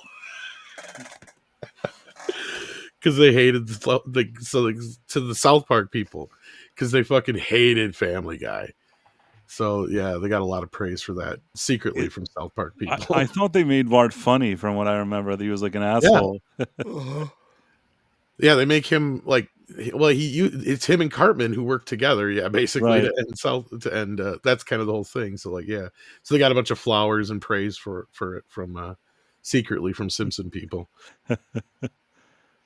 I once met a guy from The Simpsons, that like a guy that was one of the writers for many years. Can't say the name. I met him, and we even exchanged information. And I think I'm like on an email list of his, and from time to time, he sends like a newsletter that's supposed to be funny. I don't even know. I think I'm on that list. It's not that interesting, but that did actually happen. Simpsons did it. Yeah, I've heard the commentary on that was they're still a fan, they said, but that would always happen in the office. Like somebody would come up with an idea and they'd be like, "Oh yeah, the Simpsons did that." Well, I mean, The Simpsons was revelatory. We wouldn't have anything. And before The Simpsons was Life in Hell, which we used to read all the time. Yeah, Tim. Sorry, yeah, I was just agreeing with Tim. Yeah, yeah, it's just books like Far Side books, but yeah, I've never really read too much of the Life in Hell stuff. I've seen a couple things of it. But yeah, it's a lot more subtle. Yeah, I saw a bunch. I mean, that Life in Hell was written for college newspapers. Yep. It was not something that was written for mass. What's hilarious is Matt always thought that was going to be the thing that was going to make him famous. Yeah. and he made The Simpsons as like a one-off thing. Mm-hmm. He literally made him up in the office at Fox because Tracy Ullman brought him in because she wanted to use the bunnies from Life in Hell as for little in-betweeners, and he didn't want to use them because he was afraid he would lose the rights to the characters. So he made up The Simpsons on the spot. He's like, I don't want to give you that, but what about this? Hey man, some of the most successful pop songs were written in 2 minutes in between like the real songwriting, you know? Yeah, well, like Homer's his dad's name, I guess, and like Bart is based on him. Lisa's his sister's name, and I think he had another sister named Maggie or something like that. Marge, I think, is his mom's name too, and stuff like that. So, like, yeah, it was literally just him making these characters. And his other thing was they look the way they do because he drew them so quickly in the office. It was because he basically didn't draw. He was kind of kept looking up, waiting for the person to come get him while he was drawing them. So he said it was like basically you're drawing something without looking at it. That's why The Simpsons looked the way they did initially. I will say I thoroughly enjoyed the first couple of seasons of Family Guy, especially the Stewie-centric ones. There was a few bits and pieces here and there. Even some of the Remember the Time jokes did make me laugh at first. But then the gimmick got too repetitive. Yeah, well, and it was the whole thing. I mean, that was basically season 3 of The Simpsons. They did a whole bunch of that. Remember the time that whatever, and then they dropped that. You know what I mean? Like they kind of did that. They started doing that a bunch. It was a crutch, and so The Simpsons threw it out. And they stopped using it for the most part after like a season or so. And then Family Guy picks it up and they run with it for 20 years. Well, and I think the whole joke on Family Guy is sprang from the idea that Homer had like 30 fucking jobs on The Simpsons at some point. Like if you go through, he's been. Oh no, he's had way more than that. Yeah, like I mean, at that point when the show started, I know. I mean, like even at that point, he'd already been an astronaut and a race car driver and God knows what else, and a plowman and everything else. So like, yeah. So, I mean, I get the initial idea for the joke, but then it just kind of runs itself into the ground after a while. Even The Simpsons made a joke about him having so many jobs at some point. There was especially the episode where they had Frank Grimes, who was just sort of the everyman. Oh yes, came in and met Homer, and he introduced himself. He's like, "Oh yeah, that's when I met this famous person. Oh yeah, that's when I was an astronaut. Oh, that's when." And then like this whole thing about like all these things that had happened to Homer just happened. God, was to him, that long ago they did that one?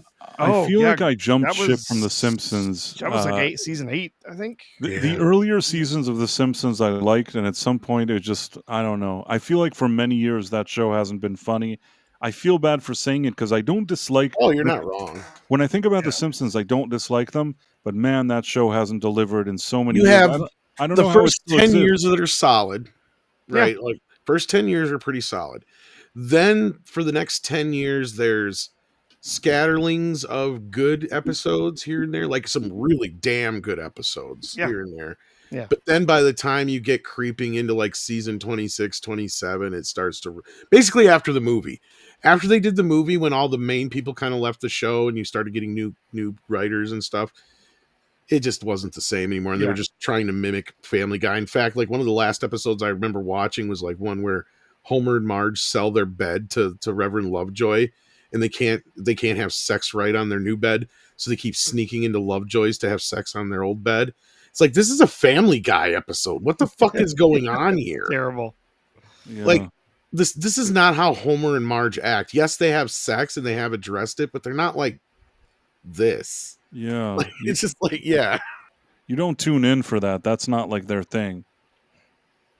But I can't blame them. How many years can you keep a show like that going that it's really quality? South Park, the first 10 seasons are spectacular, but then afterwards, I think there's a dip in quality, but it was so spectacular to begin with that it just ends up being good. It's Matt like and Trey know when to step away for a little bit too, though. Yeah, that's true. Oh, and Elizabeth Quince has a good... Oh, excuse me. Sorry. Oh, yeah, Elizabeth Quince has a good point. As soon as they apologize for Apu, and not only just removed Apu from the show, but then they also went through and started rehiring, replacing a whole bunch of different voice actors because they had like Hank Azaria doing a black character, and so we can't have that. No, can't have that. We got to have someone who has the same skin color as a cartoon. That's part of it, but I mean, to me, honestly, I think they should have just ended it with the movie. You It know, should have just been like, this is they the really end right here. Like everything runs out of gas, man. But you know what?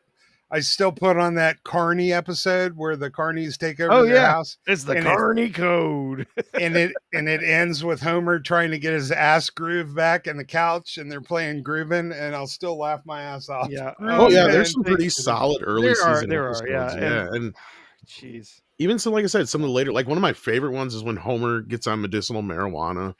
Like that's a good one. And I mean, there's a few other really solid ones in the later seasons that don't make Homer so fucking stupid. I mean, yes, he's dumb, but he's not like Homer fights to legalize marijuana, and he puts together a rally for the day after the vote.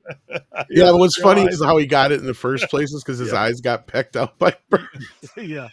Yeah, but you know, here's a shout out for physical media. That's how I know I haven't been completely black-pilled, because I'll go back and those things are still funny. Winter Soldier is still an awesome movie, but if I watch it on streaming, I wouldn't even be sure if that was the real movie. You wouldn't know what they changed or censored or anything. So, you know, because I do ask myself, well, am I just so burned out now that I'm not going to like any movie? And I have to go, no, Thunderbolts was shitty. Like, it's not me.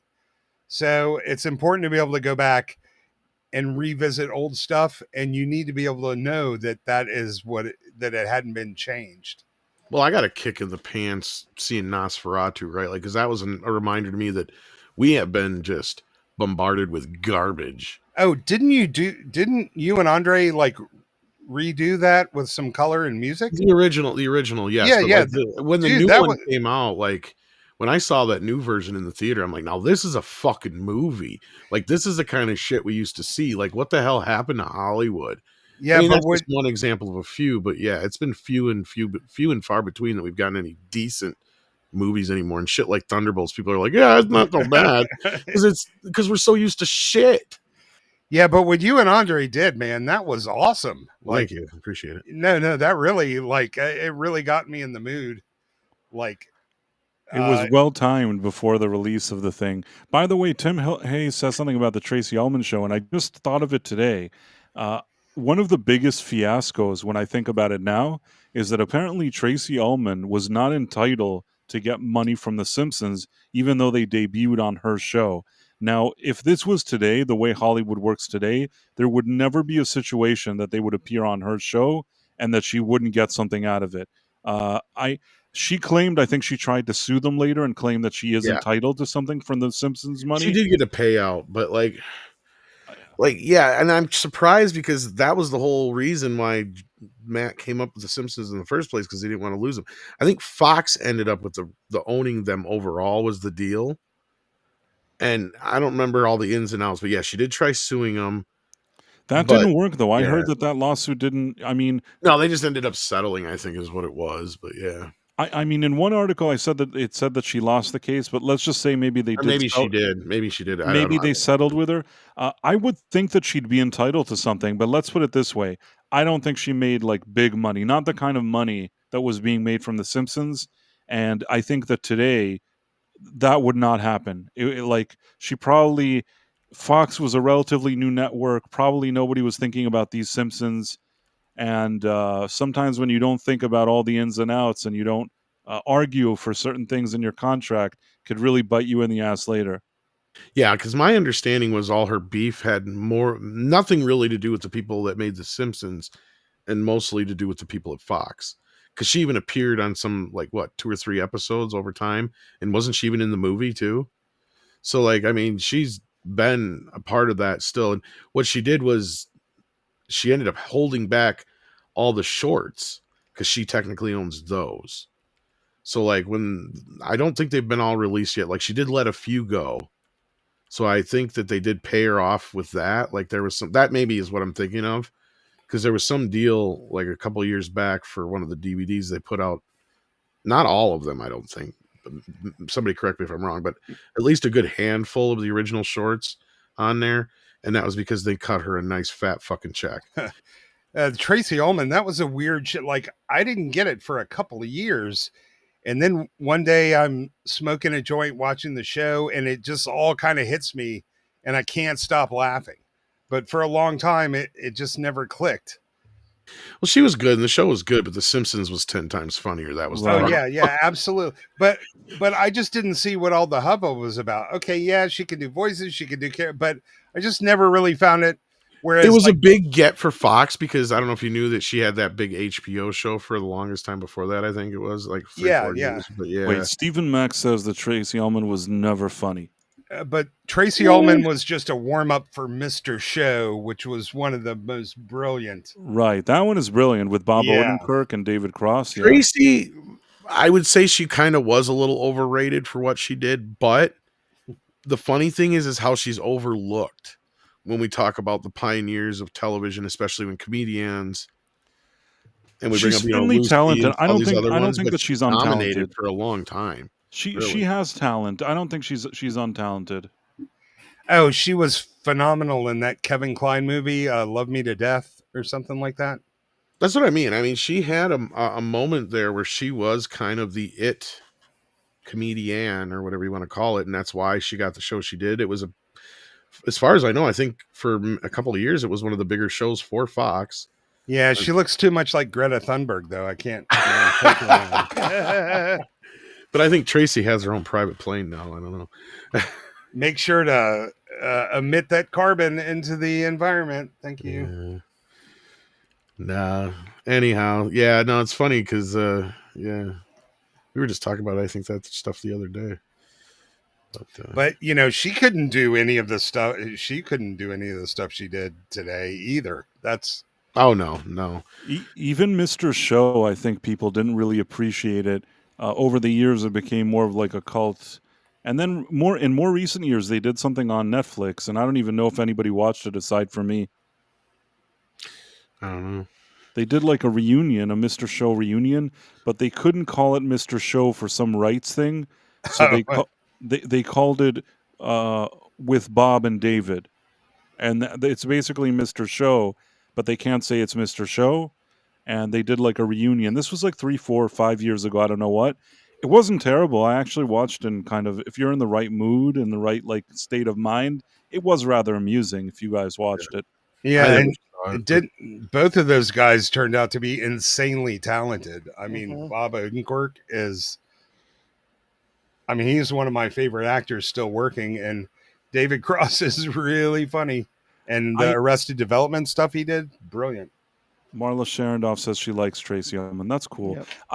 I've said this before. I've met David Cross, and much like people laugh here in the chat, that was at a bar. I did meet him at a bar, but it was at a bar that it was like after a screening, there was one of those fancy... Is he a nice guy and just plays dick holes because he's so nice, or is he just a dick In my opinion, he was super nice, because we were both standing online to get to the bartender to try to get a drink, and there was something silly. I don't know what we observed. There was something, and like I looked at him, and like we were both kind of laughing at something. He was really down to earth. I talked to him the way I talk to you guys. Like, we just hung out there waiting for the bartender to like... It was just a funny banter type of conversations, and he was like kind of smiling and doing this kind of goofy look, the kind that you see on the shows, but it came out very naturally, and I couldn't help but smile. Like I thought it was funny. So I've never seen him on that, but like when I'm used to seeing David Cross, he's usually playing the dick Arrested Development, or like the Chipmunks type roles and shit like that. Where he's always like an asshole. One.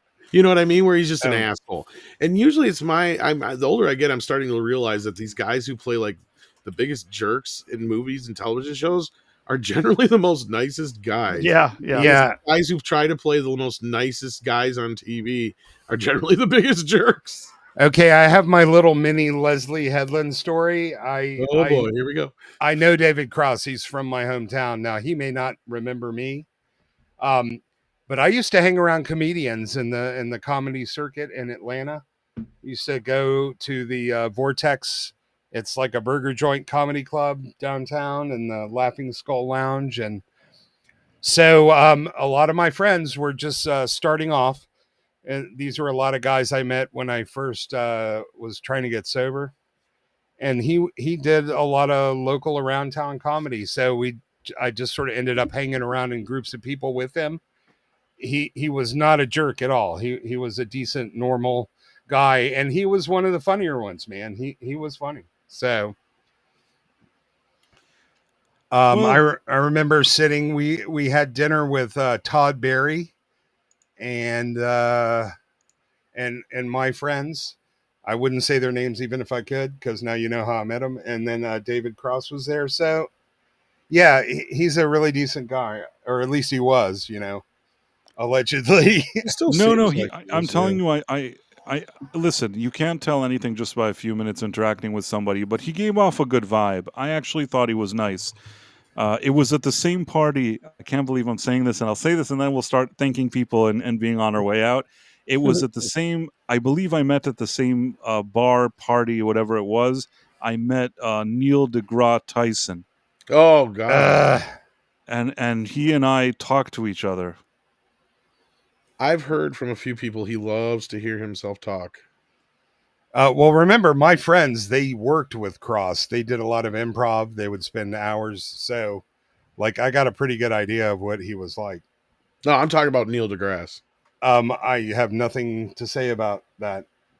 I do, but not on not No, on that's Price. what I was talking about. That's what I was talking about. I'm trying to remember. Not on Price's channel, anyway. I'm trying to remember. This is a possibility. I'm like about 70% sure, because again, this is a number of years ago. I've heard like 2 stories from different people, and they both are pretty much the same story. Like, kind of, I don't know what kind of party you were at with them, but like these people were at parties, basically like functions. And he's one of these guys who likes to have a group of people around him listening to him just go on and on about. Yeah, he likes to hold philosophical bullshit. Yeah. Here's what I think happened. This is vague memories. Okay, I was standing next to David Cross, and I think we were standing on our trying to get to the bartender because there was a line, and I thought that from far away, maybe he said something that it's Neil deGrasse Tyson. And I don't know why. It was such a kind of low-key bar. I told him there's no way that Neil deGrasse Tyson is walking around here. And I think he pointed, and it was him. And then after we got our drinks or whatever it is, and we each went our separate ways, he went to another area in the party. Maybe he knew some people there. And then I went, and I kind of ended up standing next to Neil deGrasse Tyson. And I said to him, "Oh, I'm surprised to see you here." And I think he was kind of baffled that I said. He's like, "Why? I like, there was some screening of some movies. Of course. Why wouldn't I be here?" It wasn't anything personal. And I'm like, "Oh," and then I realized that maybe I was saying something offensive. So at the time, he was, I think, in one of those DC movies. So I said, "Hey, I saw you in one of those DC movies. I think it was Superman or one of those that he's playing himself. Like a news clip." Yeah. So, he's talking about Superman or something about some nonsense. MOS or BBS, I can't remember which one. Right, one of those. So I said, "Oh, you were in DC movie. That's so cool." So then immediately it offset the fact that I seemed like a douche 1 minute earlier. And he's like, "Yes, of course I was on there." And he was with a lady friend. There was a woman next to him, and they were both holding glasses of wine. And it was kind of surreal. I don't know. He said something about, "Yes, they approached me. I loved being a part of that." And then the lady that was with him was really excited, and they seemed like you said he likes talking, and they something like that happened, and that was the end of it. So that was my strange story with David Cross and Neil deGrasse Tyson. Well, Tyson is totally drunk on the woke Kool-Aid, but I'd rather have to be in a room with him than Bill Nye, who God, maybe he's basically he's the Harvey Weinstein of the science community. Let's just put it. Talk about your childhood, really. I mean, maybe not you guys so much if you're a little older, but a guy you grew up thinking, "Oh, this guy knows everything," and then you're like, "This guy's a fucking complete retard." I liked Mr. Wizard. I don't know who. Mr. Wizard by Mr. miles. Mr. Wizard. Yeah, Mr. Wizard was awesome because he's the kind of guy he'd sit there and be like, the kid would say something stupid, like, "Are you fucking stupid?" He looked like a grumpy old man. Exactly. Mr. Wizard. He's always a grumpy drunk old man. He's like, "Hey kids, we're gonna learn how to hook up a fucking car battery."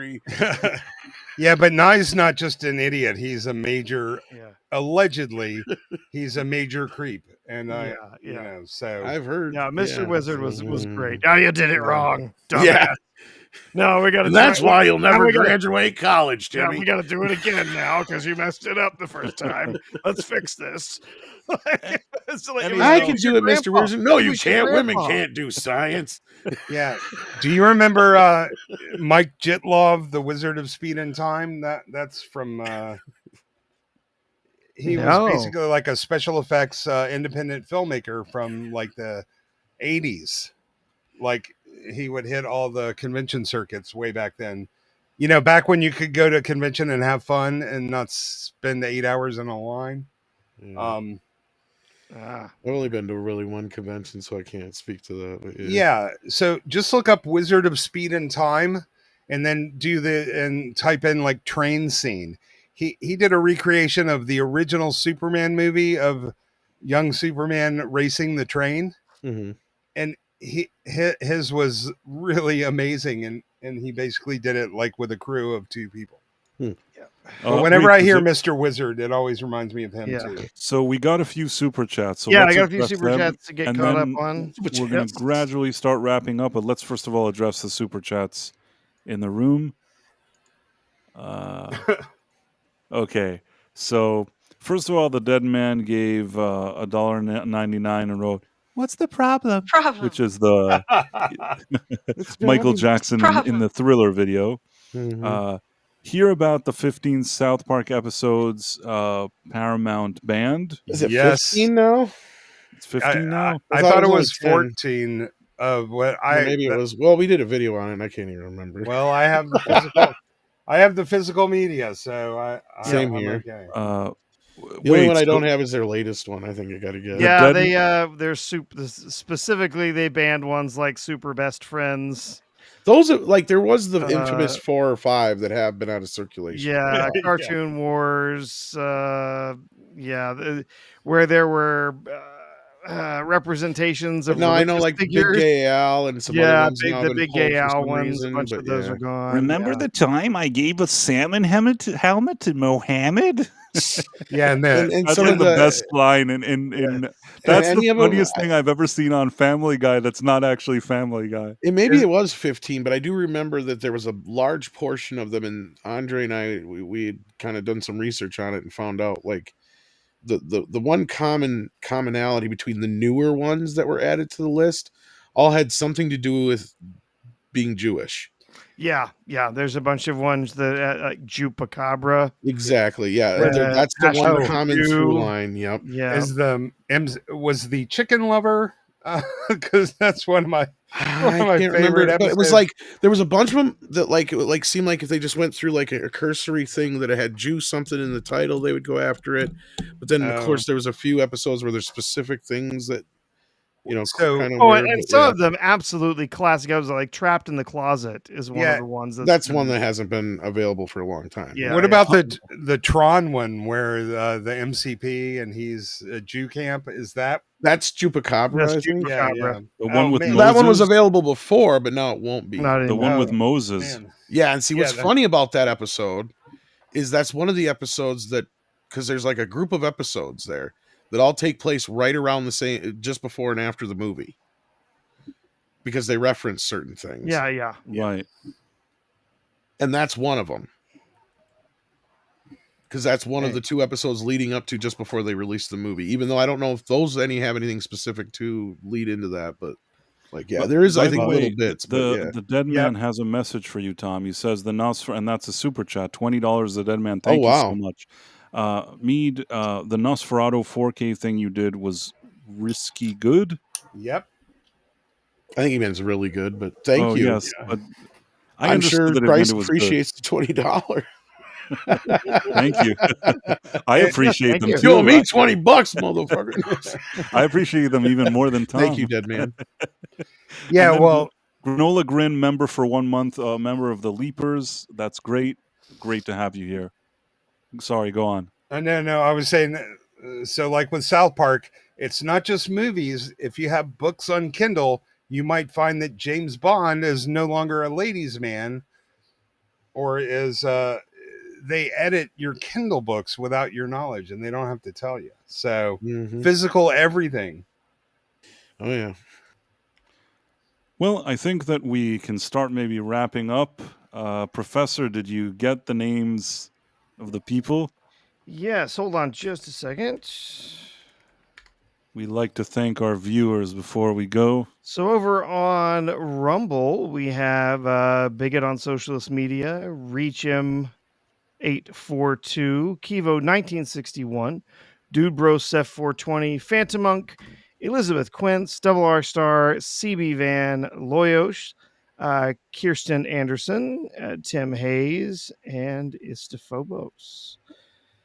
Over on YouTube, let's see, is it finished processing? Yes, we had FKHC 2005.